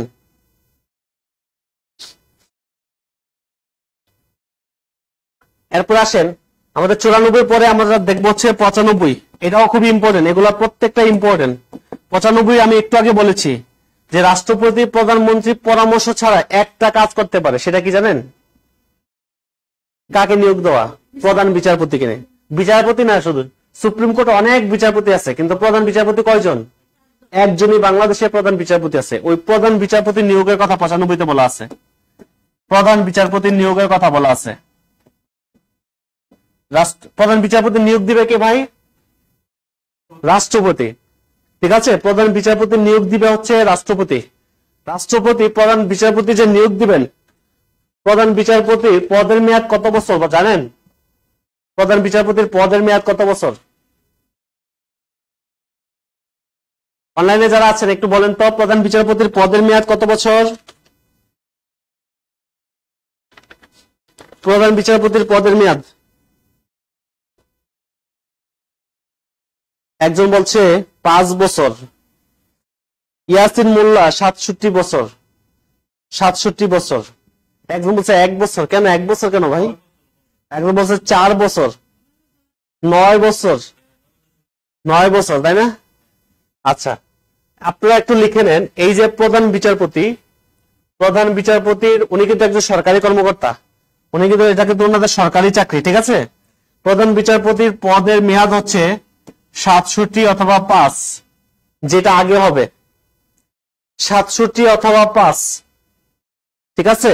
যেটা আগে হবে। কেমন ব্যাপারটা হচ্ছে না নির্দিষ্ট, এই যে 5 বছর অথবা 67 বছর। তার মানে দেখেন, মনে করেন একজন প্রধান বিচারপতি আজকে একজন প্রধান বিচারপতি নিয়োগ দিল, তাহলে আজকে থেকে আগামী 5 বছর পর্যন্ত সে তার দায়িত্ব পালন করবে। এর মাঝখানে যদি আবার 67 বছর হয়ে যায় তাহলে শেষ, মানে যেটা আগে হবে। মনে করেন একজন প্রধান বিচারপতির বয়স হচ্ছে 55 বছর, তাকে নিয়োগ দিল, তাহলে সে 5 বছর পর্যন্ত দায়িত্ব পালন করতে পারবে। তার মানে তখন তার বয়স হবে 60 বছর। আবার যদি রাষ্ট্রপতি চায় আবার তাকে দায়িত্ব দিতে পারবে, তখন আবার সে কি করতে পারবে? আবার 5 বছর সে দায়িত্ব পালন করতে পারবে। তার মানে একজন প্রধান বিচারপতি যেদিন নিয়োগ দেবে সেখান থেকে 5 বছর অথবা 67 বছর, যেটা আগে হবে সেটাই। এটা মনে রাখবেন, ঠিক আছে? হ্যাঁ, 67 বছর পূর্ণ হওয়া পর্যন্ত, রাষ্ট্রপতি যতদিন চান ততদিন না, ঠিক আছে? 95 দেখলাম আমরা। আমরা এবার চলে যাব হচ্ছে অ্যাটর্নি জেনারেলের পদের মেয়াদটা হচ্ছে অনির্দিষ্ট, রাষ্ট্রপতির ইচ্ছা অনুযায়ী যতদিন, কিন্তু ওনার পদের মেয়াদ হচ্ছে 67 বছর, ঠিক আছে?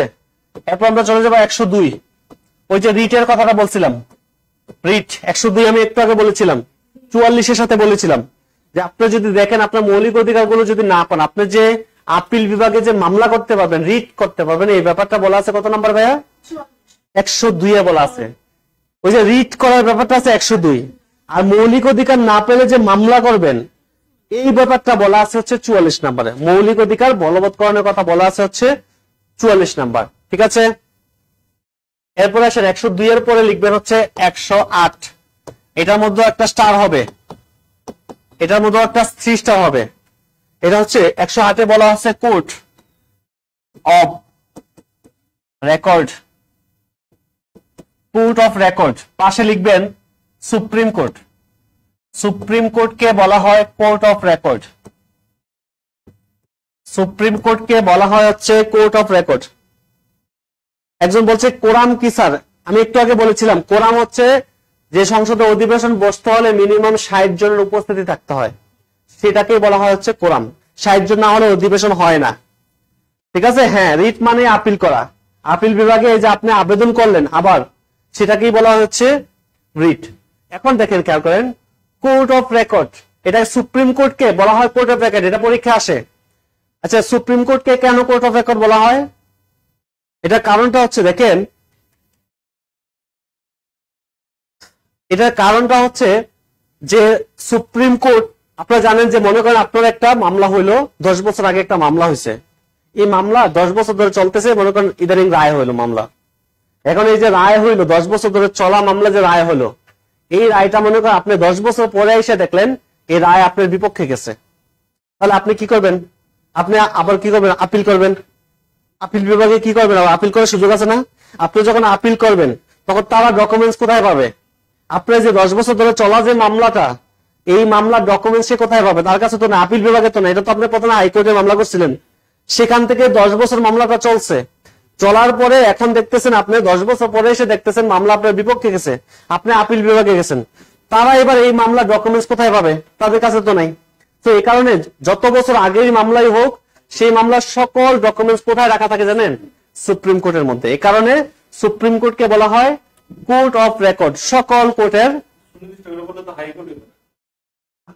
সুপ্রিম কোর্টের তো 2টা বিভাগ, একটা হচ্ছে হাইকোর্ট বিভাগ, একটা হচ্ছে আপিল বিভাগ। তো প্রথমে আপনি হাইকোর্টে মামলা করলেন, ওই মামলা 10 বছর ধরে চলতেছে, তাই না? এই যে 10 বছর ধরে চলার পরে এসে দেখলেন যে মামলা আপনার বিপক্ষে চলে গেছে, 10 বছর পরে যখন আরেক জায়গায় আপনি হাইকোর্টের আপিল করবেন, তখন কি ওই ডকুমেন্টস লাগবে না?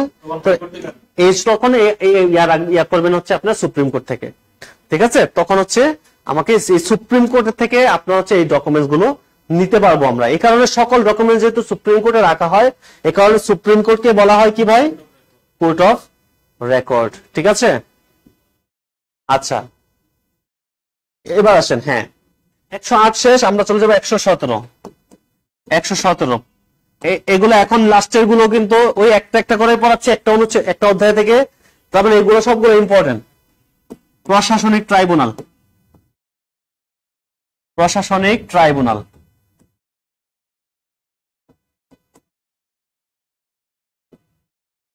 প্রশাসনিক ট্রাইব্যুনাল, তাহলে ট্রাইব্যুনাল কি করে ভাই? ট্রাইব্যুনাল বিচার করে না? ট্রাইব্যুনালের কাজও কিন্তু বিচার করা, তবে তাদের কাজ নরমালি আমাদের কোর্টের কাজ কিন্তু সকল ধরনের বিচার করা, তাদের কাজ কিন্তু সকল বিচার করা। তাদের একটা নির্দিষ্ট বেরিয়ে আছে যে এই কিছু মানুষকে তারা বিচার করতে পারবে, সব মানুষকে না। দেখেন কাদেরকে বিচার করবে? প্রশাসনিক যত মানুষ আছে, সরকারি কর্মকর্তা কর্মচারী যারা আছে, তারা যখন কোনো ঝামেলায় পড়ে তখন তারা কোথায় মামলা করে জানেন? প্রথম আগে তাদেরকে বলা থাকে আপনি প্রশাসনিক ট্রাইব্যুনালে আবেদন করবেন। বেশিরভাগ মামলা এখানে নিষ্পত্তি হয়ে যায়। যদি না হয় তখন আপনাকে বলা হয়ে থাকে, তখন আপনি হাইকোর্টে যাবেন বা সুপ্রিম কোর্টে যাবেন। বুঝছেন তো? সব জায়গায় 7টা, বাংলাদেশের 7টা প্রশাসনিক ট্রাইব্যুনালের শাখা আছে, 7টা জেলায় 7টা শাখা আছে। জেলা জেলা বিভাগ বলতে ঢাকায় আছে, বগুড়ায় আছে, রাজশাহীতে আছে, এরকম 7টা এর মধ্যে আছে, 7টা প্রশাসনিক ট্রাইব্যুনালের বিভাগ আছে। ঠিক আছে, আচ্ছা আচ্ছা এরপর আসেন, তাহলে এটা হচ্ছে 117। আমরা আমাদের এই অধ্যায় শেষ, আমরা চলে যাবো হচ্ছে 7ম অধ্যায়, যেটার নাম হচ্ছে নির্বাচন কমিশন। নির্বাচন কমিশন, যেখানে আছে 118 থেকে 126 পর্যন্ত। 118 থেকে 126। এখানে দেখেন আমরা একটা অনুচ্ছেদই পড়বো, যেটা হচ্ছে 118 নম্বর অনুচ্ছেদ, যেখানে নির্বাচন কমিশন গঠনের কথা বলা আছে, যে বাংলাদেশে একটা নির্বাচন কমিশন থাকবে। বাংলাদেশে একটা নির্বাচন কমিশন থাকবে। ঠিক আছে, আচ্ছা নির্বাচন কমিশনের কাজটা কি? নির্বাচন কমিশন কি করে? তারা হচ্ছে তাদের নির্বাচন কমিশনের কাজ হচ্ছে মনে করেন ভোটার তালিকা প্রস্তুত করা, ভোটার তালিকা সংশোধন করা, তাই না? ভুল করা, এগুলো সব তাদের কাজ। এরপরে হচ্ছে জাতীয় নির্বাচন অনুষ্ঠান করা, নির্বাচনী এলাকা প্রস্তুত করা, এই যে 300টা আসন হবে 300টা জেলার মধ্যে, এগুলা প্রস্তুত করা, এই সংক্রান্ত কাজগুলোতে নির্বাচন কমিশন করে, তাই না? মনে রাখবেন এই নির্বাচন কমিশন গঠন হয়, একজন থাকবেন প্রধান নির্বাচন কমিশনার, তার সাথে 4 জন থাকবেন অন্যান্য নির্বাচন কমিশনার। তার মানে মোট নির্বাচন কমিশনার কয়জন থাকবে? 5 জনকে নিয়ে একটা নির্বাচন কমিশন গঠন হবে। মনে রাখবেন 5 জনকে নিয়ে একটা নির্বাচন কমিশন গঠন হবে। 5 জনকে নিয়ে একটা নির্বাচন কমিশন গঠন হবে। ঠিক আছে, আচ্ছা এটা হচ্ছে 118। 118 পরে আমরা চলে যাব হচ্ছে সপ্তম অধ্যায় শেষ, 8ম অধ্যায়। 8ম অধ্যায় হচ্ছে মহা হিসাব নিরীক্ষক ও নিয়ন্ত্রক। মহা হিসাব নিরীক্ষক ও নিয়ন্ত্রক, যেখানে 127 থেকে 133 পর্যন্ত, নাকি 32 ভাই দেখেন তো, 132 পর্যন্ত, 127 থেকে 132 পর্যন্ত বলা আছে অনুচ্ছেদ থাকবে। এর মধ্যে আমরা 127টাই পড়বো। 127 যেটা বলা আছে মহা হিসাব নিরীক্ষক ও নিয়ন্ত্রকের কথা বলা আছে। মহা হিসাব নিরীক্ষক ও নিয়ন্ত্রক কথা বলা আছে হচ্ছে 127 নম্বর অনুচ্ছেদে, মহা হিসাব নিরীক্ষক এবং নিয়ন্ত্রক। এরপর আসেন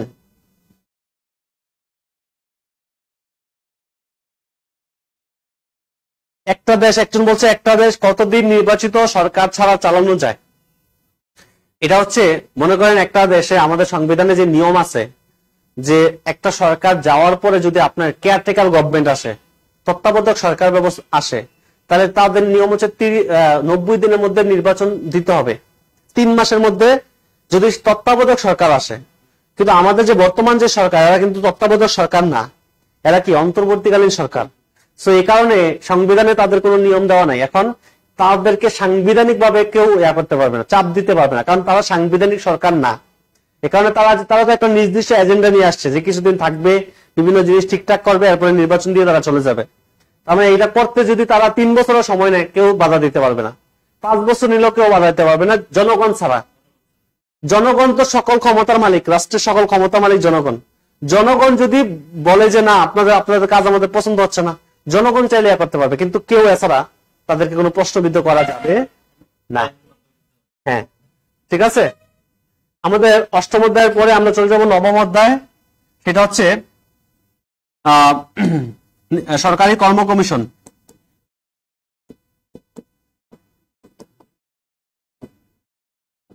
সরকারি কর্ম কমিশন, যেখানে অনুচ্ছেদ হচ্ছে 133 থেকে 141। 133 থেকে 141। আচ্ছা, এবার দেখেন তাহলে 100 এখান থেকে 137টা পড়বো, শুধু একটা অনুচ্ছেদ পড়বো।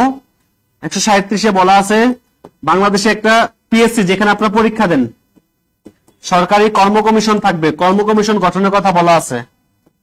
সরকারি কর্ম কমিশন, পাবলিক সার্ভিস কমিশন, সরকারি কর্ম কমিশনের কথা 137 নম্বরে বলা আছে। আরেকটা অনুচ্ছেদ পড়বো 141 ক, জরুরি অবস্থা।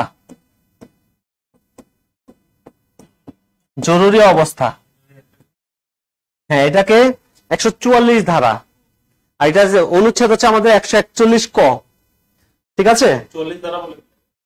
আচ্ছা, একজন বলছে 127 অনুচ্ছেদের কাজ কি? একই সাথে দেখেন মহা হিসাব নিরীক্ষক ও নিয়ন্ত্রক, যাদের কাজ হচ্ছে মানে রাষ্ট্রের যত হিসাব সংক্রান্ত যত ঝামেলা আছে তারা দেখে। এই যে সরকারি কর্মচারীদের বেতন ভাতা, যত ধরনের ভাতা আছে সব তারা দেখে, মানে যত মোট কথা যত হিসাব সংক্রান্ত যত ঝামেলা আছে সব কারা করে জানেন? এই মহা হিসাব নিরীক্ষক এবং নিয়ন্ত্রক, ঠিক আছে। হ্যাঁ, এরপরে আসেন 141 জরুরি অবস্থা। বাংলাদেশে জরুরি অবস্থা ঘোষণা করতে পারে কে? রাষ্ট্রপতি, তাই না? বাংলাদেশে জরুরি অবস্থা ঘোষণা করতে পারে একজন ব্যক্তি, উনি হচ্ছেন রাষ্ট্রপতি, ঠিক আছে। রাষ্ট্রপতি যদি মনে করেন যে দেশে অভ্যন্তরীণ গোলযোগ হতে পারে, বাহিরের আক্রমণ হতে পারে, শান্তি শৃঙ্খলা বিনষ্ট হতে পারে, তাহলে উনি চাইলে জরুরি অবস্থা ঘোষণা করতে পারবেন। কতদিনের জন্য? সর্বোচ্চ হচ্ছে 120 দিন বা 4 মাস। সর্বোচ্চ 120 দিন বা 4 মাসের জন্য উনি জরুরি অবস্থা ঘোষণা করতে পারবেন। সেটা 1 দিনও হতে পারে, 3 দিনও হতে পারে, 5 দিনও হতে পারে, 4 মাসও হতে পারে। রাষ্ট্রপতির ইচ্ছা অনুযায়ী জরুরি অবস্থা ঘোষণা করতে পারবেন। তবে যদি জরুরি অবস্থা ঘোষণা করে, তাহলে ওই যে আমাদের সাংবিধানিক যে 6টা মৌলিক অধিকার আছে, 36, 37, 38, 39, 40 এবং 42, এই 6টা মৌলিক অধিকার অটোমেটিক কি থাকবে জানেন? এগুলো স্থগিত হয়ে যাবে, এগুলো স্থগিত থাকবে। 36, 37, 38, 39, 40 এবং 42, এই 6টা মৌলিক অধিকার অটোমেটিক স্থগিত হয়ে যাবে, ঠিক আছে। আচ্ছা, আমরা 141-এ চলে আসছি। আমাদের পরবর্তী অনুচ্ছেদ হচ্ছে 142। 142 এটা হচ্ছে পরের অধ্যায়, সংবিধান সংশোধন। সংবিধান সংশোধন 10ম অধ্যায়, যেটা যেখানে একটা অনুচ্ছেদে আছে 142। 142-এ বলা আছে সংবিধান সংশোধনের কথা বলা আছে।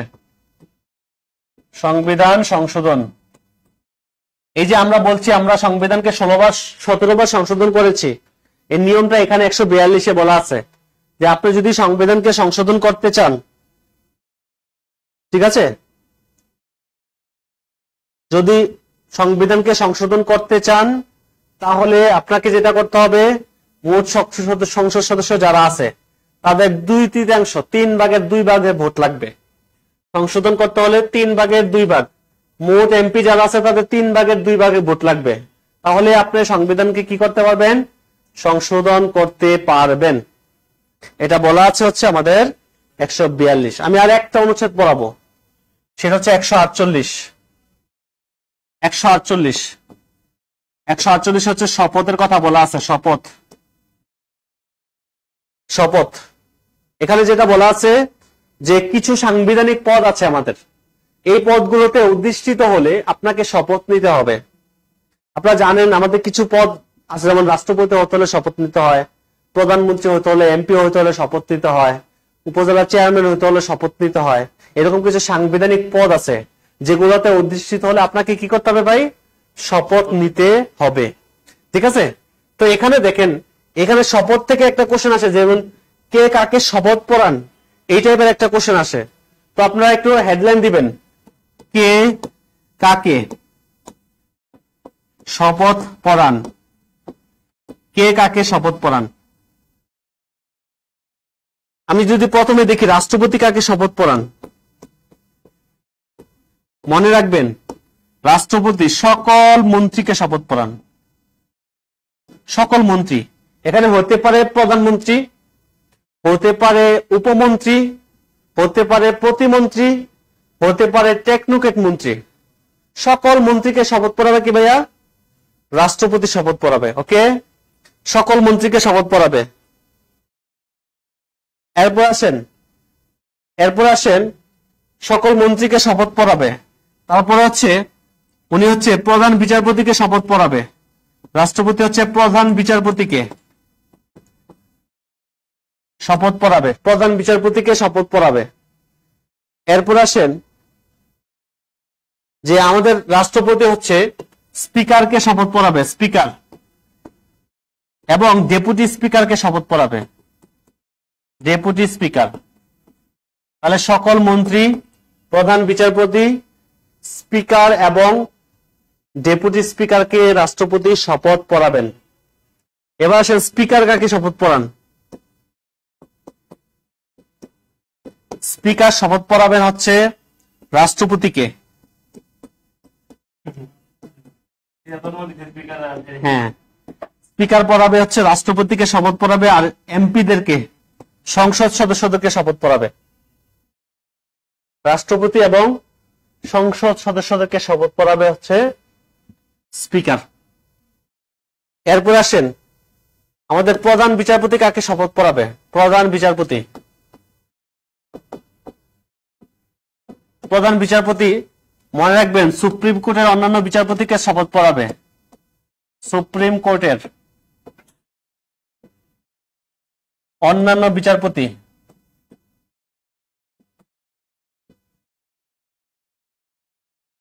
সুপ্রিম কোর্টের অন্যান্য বিচারপতিকে শপথ পড়াবে। তারপর আসেন নির্বাচন কমিশনারকে শপথ পড়াবে। নির্বাচন কমিশনার।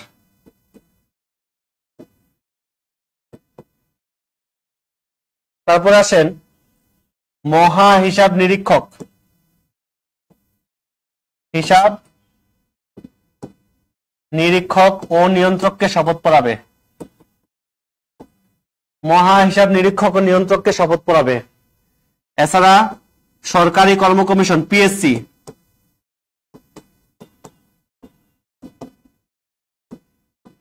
সরকারি কর্ম কমিশনের চেয়ারম্যান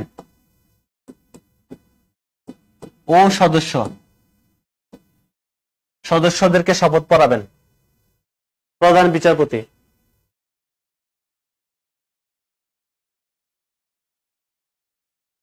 এরপরে আসেন আরেকজন বাকি আছে আমাদের প্রধানমন্ত্রী। প্রধানমন্ত্রী কাকে শপথ পড়াবেন? প্রধানমন্ত্রী হচ্ছে মেয়রদেরকে শপথ পড়াবেন। আরেকজন হচ্ছে জেলা পরিষদের চেয়ারম্যান, জেলা পরিষদের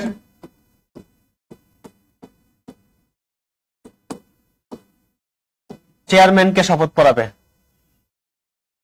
প্রধানমন্ত্রী হচ্ছে মেয়র এবং জেলা পরিষদের চেয়ারম্যানদেরকে শপথ পড়াবেন।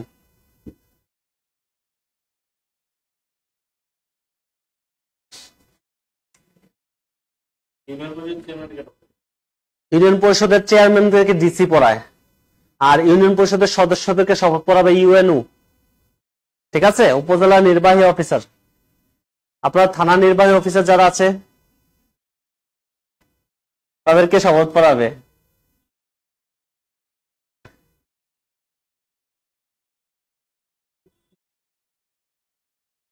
এরপর আসেন আমাদের আরেকটা ছোট্ট টপিক বাকি আছে, সেটা হচ্ছে তফসিল। আমাদের তফসিলটা পড়তে পারলে শেষ। মনে রাখবেন আমাদের তফসিল আছে কয়টা ভাই? 7টা কিন্তু তফসিল আছে। এর মধ্যে থেকে আপনি দেখেন 4 এবং 5, 6 এই 3টা তফসিল আপাতত না পড়লেও চলবে। 4, 5, 6 এই 3টাই কিন্তু বঙ্গবন্ধু রিলেটেড, ঠিক আছে?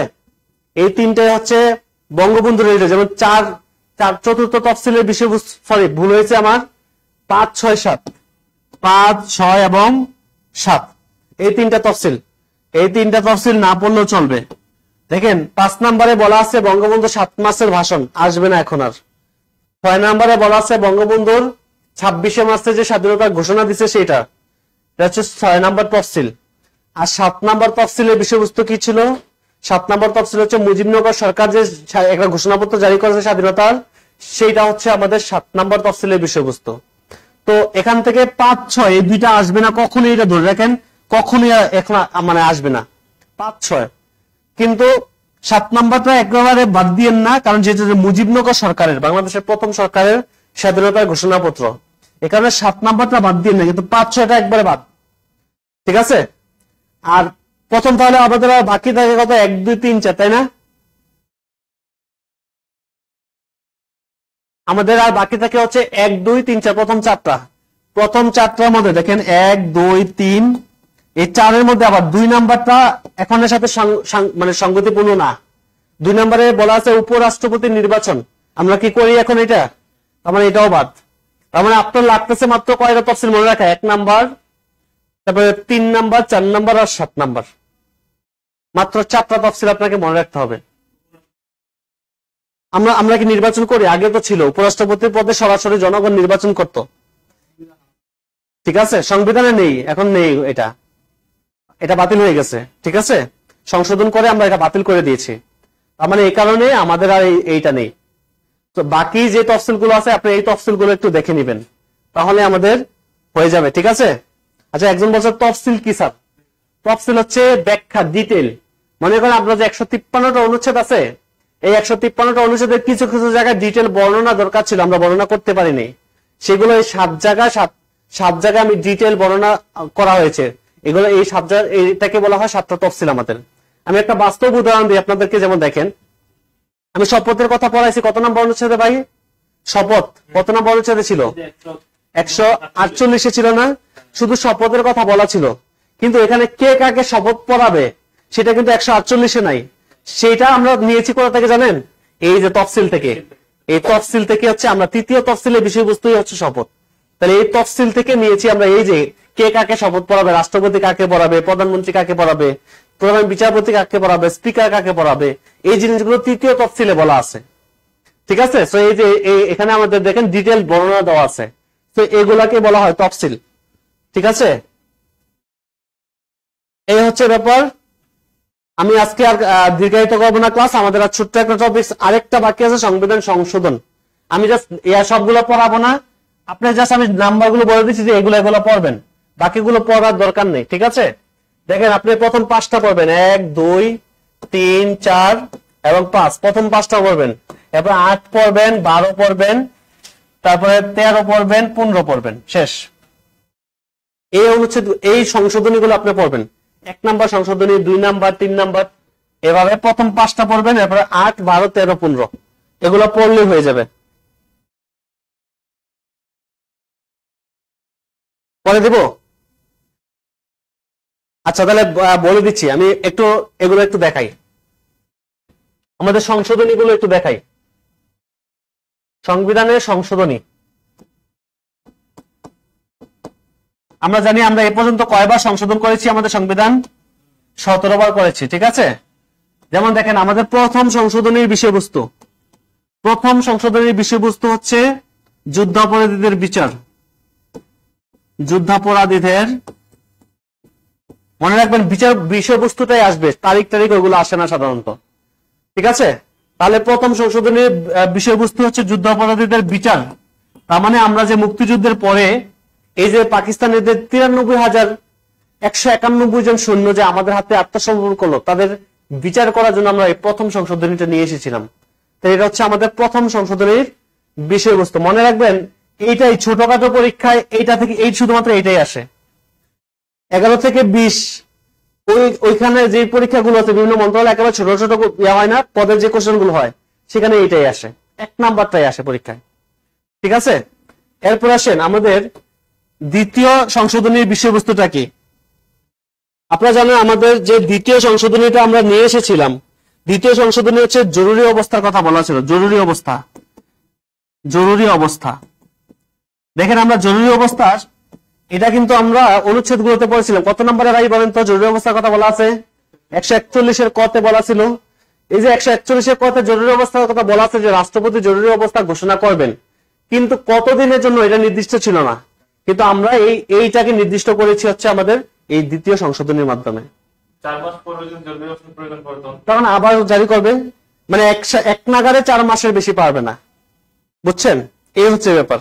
তাহলে জরুরি অবস্থার কথা বলা আছে হচ্ছে আমাদের দ্বিতীয় সংশোধনী। তারপরে আমাদের তৃতীয় সংশোধনীর বিষয়বস্তু হচ্ছে বেরুবাড়িকে ভারতের নিকট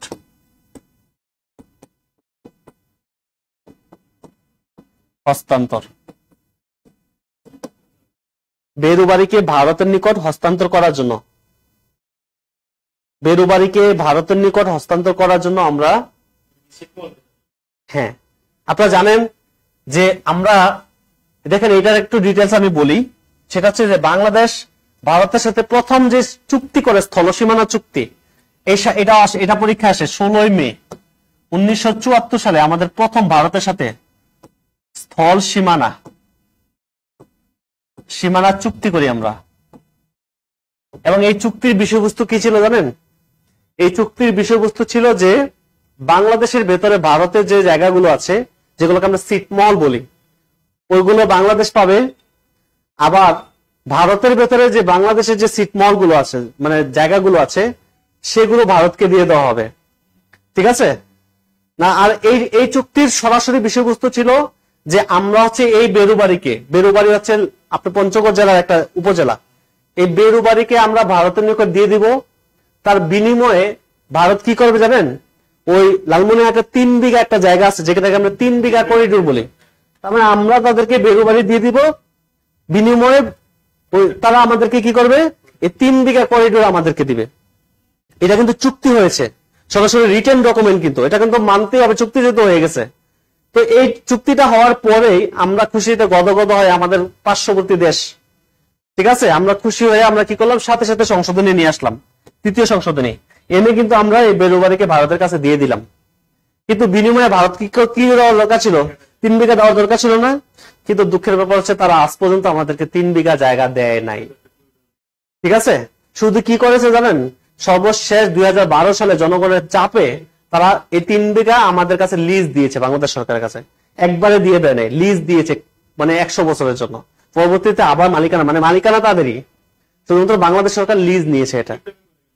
ঠিক আছে, তো এই হচ্ছে বাবা, এটার জন্য আমাদের তৃতীয় সংশোধনীটা আমরা নিয়ে এসেছিলাম। জি, এই যে আমরা এই কারণে তো বললাম আমরা মেনেছি ঠিকই, কিন্তু তারা কি মানছে? এই যে তাদের সাথে আমরা পানি বন্টন চুক্তি করছি, পানি বন্টন চুক্তিতে বলাই আছে আমরা কত কিউসেক পানি পাবো, এগুলো তো আটকাবে না, কিন্তু তারা মানে এটা? তারা তো সব পানি আটকায় দেয়, আবার বর্ষার সময় পানি ছেড়ে দেয়, তারা তো মানে না। তো এই হচ্ছে ব্যাপার আর কি। এবার আসেন চতুর্থ সংশোধনী। মনে রাখবেন বঙ্গবন্ধু তার জীবদ্দশায় 4টা সংশোধনী নিয়ে এসেছিলেন এবং উনি এই সংশোধনীটা আনার পরে সবচেয়ে বেশি সমালোচিত হয়েছেন।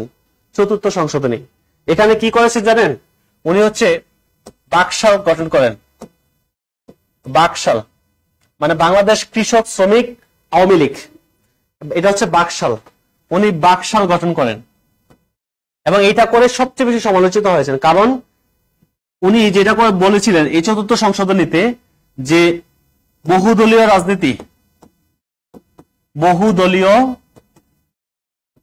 রাজনীতি নিষিদ্ধ করে দিয়েছিলেন। বহুদলীয় রাজনীতি নিষিদ্ধ, বহুদলীয় রাজনীতি নিষিদ্ধ। দেখেন নরমালি আমরা জানি এখন আমরা কি করি, আমাদের হচ্ছে দেখেন আমাদের দেশে কিন্তু এখন নিবন্ধিত রাজনৈতিক দল আছে 43টা। তার মানে সবাই কিন্তু রাজনীতি করার সুযোগ আছে। কিন্তু উনি যখন এই বাকশাল গঠন করলেন, উনি বললেন যে বহুদলীয় রাজনীতি বলতে বাংলাদেশে কোনো রাজনীতি থাকবে না, বাংলাদেশে রাজনীতি করার জন্য একটা দলই থাকবে, সেটা কি? বাকশাল। বাকশাল ছাড়া বাংলাদেশে কোনো দল থাকবে না। তাহলে এটা কি সংসদীয় সরকার ব্যবস্থা, এটা গণতান্ত্রিক সরকার ব্যবস্থা কি এটা হয় কখনো? নির্বিশেষ বলা ছিল না, কিন্তু সেটাকে সে কি করলো, সে হচ্ছে এটার কারণেই। হ্যাঁ, তার মানে এখানে যেটা বললো, উনি বললো যে বহু দল বলতে কোনো দল থাকবে না। যদি কেউ রাজনীতি করতে চায়, সব দলকে নিষিদ্ধ করে দিছে, বলছে যদি কোনো কেউ রাজনীতি করতে চায় তাহলে তাকে বাকশালের মধ্যে আসতে হবে। এবং বলা হয়ে থাকে ওনাকে যে মানুষ হত্যা করেছে এইটার কারণেই কিন্তু হত্যা করে, মানে সর্বশেষ উনি একদম লাইনের বাইরে চলে গেছিল। তো এই কারণে হচ্ছে শেষমেশ এটা কিন্তু 25 জানুয়ারি এই সংশোধনী নিয়ে আসে। আর আপনি তো জানেন আগস্ট মাসে তো ওনাকে হত্যা করা হয়। তো এই কারণে হচ্ছে উনি সর্বশেষ এই আর করেন। তো এই বাকশাল গঠন করেন, বহুদলীয় রাজনীতি উনি নিষিদ্ধ করেন। আরেকটা কাজ করেছিলেন উনি হচ্ছে এই 4র্থ সংশোধনীতেই উনি হচ্ছে আমাদের রাষ্ট্রপতি সহিত সরকার ব্যবস্থা চালু করেন। রাষ্ট্রপতি শাসিত সরকার ব্যবস্থা চালু করেন। দেখেন একটা পেস লাগতে পারে, এখানে কিন্তু এই 4র্থ সংশোধনীতে এই ব্যবস্থা চালু করেন। আমি ক্লিয়ার করে দিচ্ছি আপনাকে, দেখেন। আচ্ছা, উনি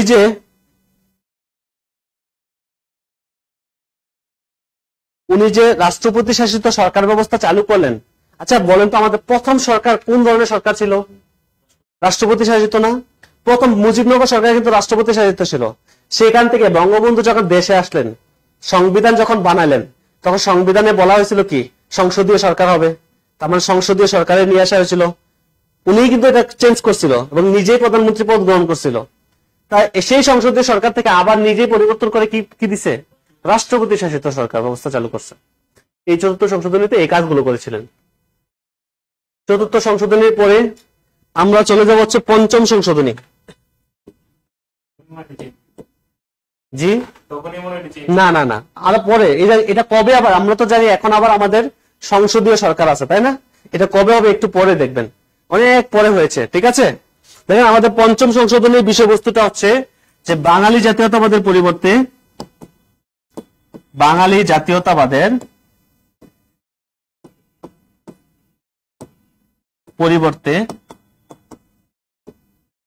বাংলাদেশি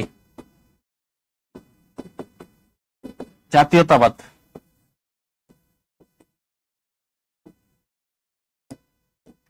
প্রবর্তন করা হয়। 5ম সংশোধনী, বাঙালি জাতীয়তাবাদের পরিবর্তে বাংলাদেশি জাতীয়তাবাদ। একজন বলছে সমাজতন্ত্র কি বুঝাবেন বলছেন, আচ্ছা তাহলে এখনই বলে দিই সমাজতন্ত্রের ব্যাপারটা এটা একটা অর্থনৈতিক টার্ম। সমাজতন্ত্র আপনি এটা বুঝতে হলে আরেকটা টার্ম বুঝতে হবে, সেটা হচ্ছে পুঁজিবাদী রাষ্ট্র। পৃথিবীতে 2 ধরনের রাষ্ট্র আছে, সমাজতান্ত্রিক রাষ্ট্র আছে, পুঁজিবাদী রাষ্ট্র আছে। এটা অর্থনীতির 2টা টার্ম। সমাজতান্ত্রিক রাষ্ট্রগুলো কি করে জানেন?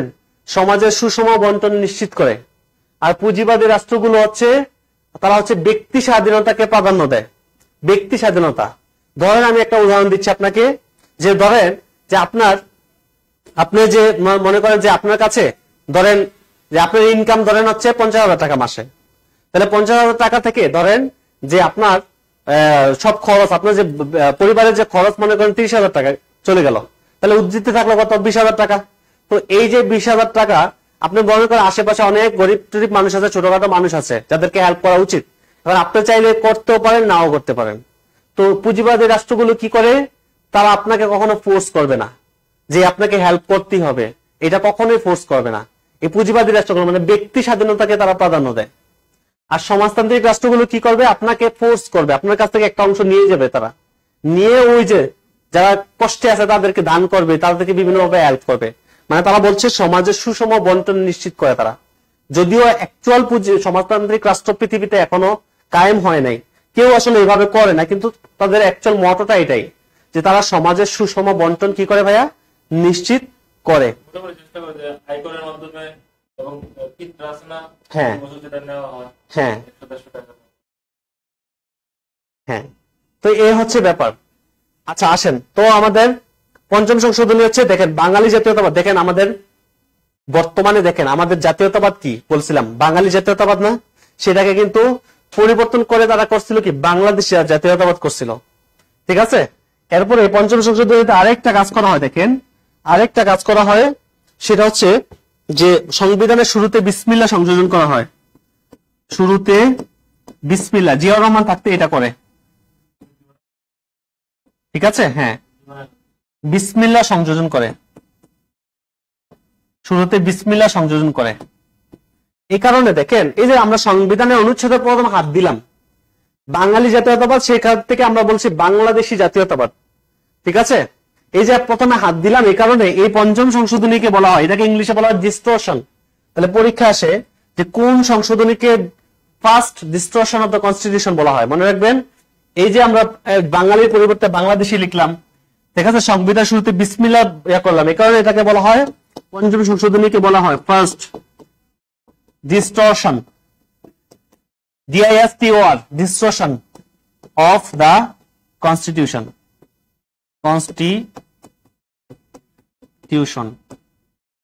first distortion of the constitution বলা হয় এই পঞ্চম সংশোধনীকে। মানে এই যে দেখেন বাঙালি লেখা আছে, আমাদের সংবিধানে যা লেখা আছে সেটা তো আমরা পরিবর্তন করতে পারবো না, কিন্তু বাঙালির পরিবর্তে আমরা পরিবর্তন করে কি লিখছি ভাই, বাংলাদেশি। এই যে পরিবর্তন করলাম না, এটাকে ইংলিশে ডিস্টর্ট বলা হয়, বিকৃত করা। ঠিক আছে, তাই এটাকে বলা হয়, এই কারণে বলা হয় যে এটাকে বলা হয় আমাদের প্রথম ডিস্টরশন আমাদের সংবিধানের। কনস্টিটিউশন মানে সংবিধান, কনস্টিটিউশন মানে হচ্ছে সংবিধান। তাহলে first distortion of the constitution হচ্ছে আমাদের এই এটা, হ্যাঁ কনস্টিটিউশন। পরীক্ষা সরাসরি আসে যে কোন সংশোধনীকে first distortion of the constitution বলা হয়, সেটা হবে আমাদের পঞ্চম সংশোধনী। এরপর চলে যাবো আমরা অষ্টম সংশোধনী। অষ্টম সংশোধনী, দেখেন অষ্টম সংশোধনীতে আমরা কিন্তু রাষ্ট্রধর্ম ইসলাম করি, এটাও পরীক্ষা আসবে। রাষ্ট্রধর্ম এটা অনেকবার এসেছে। অষ্টম সংশোধনীটা খুবই ইম্পর্টেন্ট, 30টা হবে এটাতে। রাষ্ট্রধর্ম ইসলাম করি, তারপরে এই যে ঢাকা, আমরা আগে ঢাকা লিখতাম এভাবে DACCA, সেখান থেকে ঢাকা করা হয়। তারপরে আমরা আগে বাংলা লিখতাম এভাবে BENGALI, বেঙ্গলি, সেখান থেকে আমরা এখন লিখি কি ভাই, বাংলা। ঠিক আছে,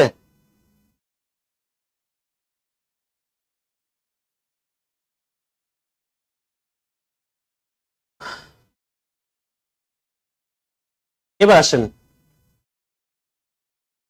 হ্যাঁ তাহলে এই কাজগুলো হচ্ছে আমরা অষ্টম সংশোধনীতে করি। রাষ্ট্রধর্ম ইসলাম, তারপরে ঢাকাকে ঢাকা, তারপরে হচ্ছে বেঙ্গলি থেকে বাংলা, অষ্টম সংশোধনী। অষ্টমের পরে আমরা চলে যাব দ্বাদশ সংশোধনী। দ্বাদশ সংশোধনী লিখবেন চতুর্থ সংশোধনীর বিপরীত। দেখেন এটা বুঝছেন কিনা, চতুর্থ সংশোধনীর বিপরীত। চতুর্থ সংশোধনীতে কি, উনি রাষ্ট্রপতির সাথে সরকার ব্যবস্থা চালু করে সেখান থেকে আবার ফিরে আসছি আমরা আবার সংসদীয় সরকার ব্যবস্থায় ফিরে আসছি। উনি বহুদলীয় রাজনীতি নিষিদ্ধ করছিল, আমরা আবার সেখান থেকে আবার ফিরে এখন আবার বহুদলীয় রাজনীতি আমরা চালু করেছি। এটা ছিল আমাদের দ্বাদশ সংশোধনী। সো দ্বাদশ সংশোধনীটা চতুর্থ সংশোধনীর বিপরীত ভাবে মনে রাখবেন। চতুর্থ সংশোধনীতে যা হয়েছিল দ্বাদশ সংশোধনী হচ্ছে তার বিপরীত। এরপরে ত্রয়োদশ সংশোধনী 13, এটার মধ্যে স্টার হবে, এটা পরীক্ষা আসে। তত্ত্বাবধায়ক সরকার ব্যবস্থা চালু করি আমরা এটার মাধ্যমে। তত্ত্বাবধায়ক সরকার ব্যবস্থা না চালু করি, এটা খুবই ইম্পর্টেন্ট। তত্ত্বাবধায়ক সরকার ব্যবস্থা চালু করা হয় 13 নম্বর সংশোধনীর মাধ্যমে, এবং 15 নম্বর সংশোধনীর মাধ্যমে আবার এটা বাতিল করা হয়। তত্ত্বাবধায়ক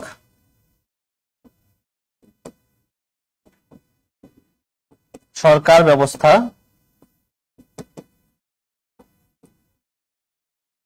বাতিল করা হয়, তত্ত্বাবধায়ক সরকার ব্যবস্থা বাতিল করা হয়। এগুলো স্যার অষ্টম 12তম সংশোধনীর আগ পর্যন্ত রাষ্ট্রীয় ক্ষমতা আছে, রাষ্ট্রপতি ক্ষমতা আছে। ওই যে রাষ্ট্রপতি শাসিত ছিল চতুর্থ থেকে অষ্টম পর্যন্ত, বুঝছেন তো, এই সময়টা পর্যন্ত রাষ্ট্রপতি শাসিত সরকারই ছিল। এই যে এরশাদ ছিল, জিয়াউর রহমান ছিল, সবাই তো রাষ্ট্রপতি ছিল, বলে না শহীদ প্রেসিডেন্ট জিয়াউর রহমান, তাহলে প্রেসিডেন্ট এরশাদ হোসেন মোহাম্মদ প্রধানমন্ত্রী তো। এরশাদ প্রধানমন্ত্রী তো না, বুঝছেন, তখন কিন্তু রাষ্ট্রপতি শাসিত সরকার ছিল আমাদের দেশে, ঠিক আছে। এবং শেষমেশ আমরা কিন্তু এই যে দ্বাদশ সংশোধনীর মাধ্যমে আবার ফিরে আসলাম আমরা 91 সালে, যখন আবার এরশাদকে যখন সবাই মিলে যখন ক্ষমতা থেকে নামাইলো, আওয়ামী লীগ বিএনপি মিলে যখন আন্দোলন করে ক্ষমতা থেকে নামাইলো, নামানোর পরে এই যে বিএনপি আসলো, বিএনপি আসায় এটাকে পরিবর্তন করলো 91 সালে, ঠিক আছে। তো এই হচ্ছে ব্যাপার আর কি, 15তম, এটাই মনে রাখবেন, আমাদের কাজ শেষ, সংশোধনী গুলো লিখে দিলাম আমরা, আমাদের সংবিধান থেকে যতটুকু দরকার ছিল আমরা সব দেখেছি, ইনশাল্লাহ এগুলো যদি ভালো করে পড়েন, ইনশাল্লাহ আপনি মোটামুটি বিভিন্ন পরীক্ষাতে গেলে ইনশাল্লাহ কমন পাবেন, ঠিক আছে। তাহলে আজকে আমাদের ক্লাস এখানেই থাকবে, শেষ হবে।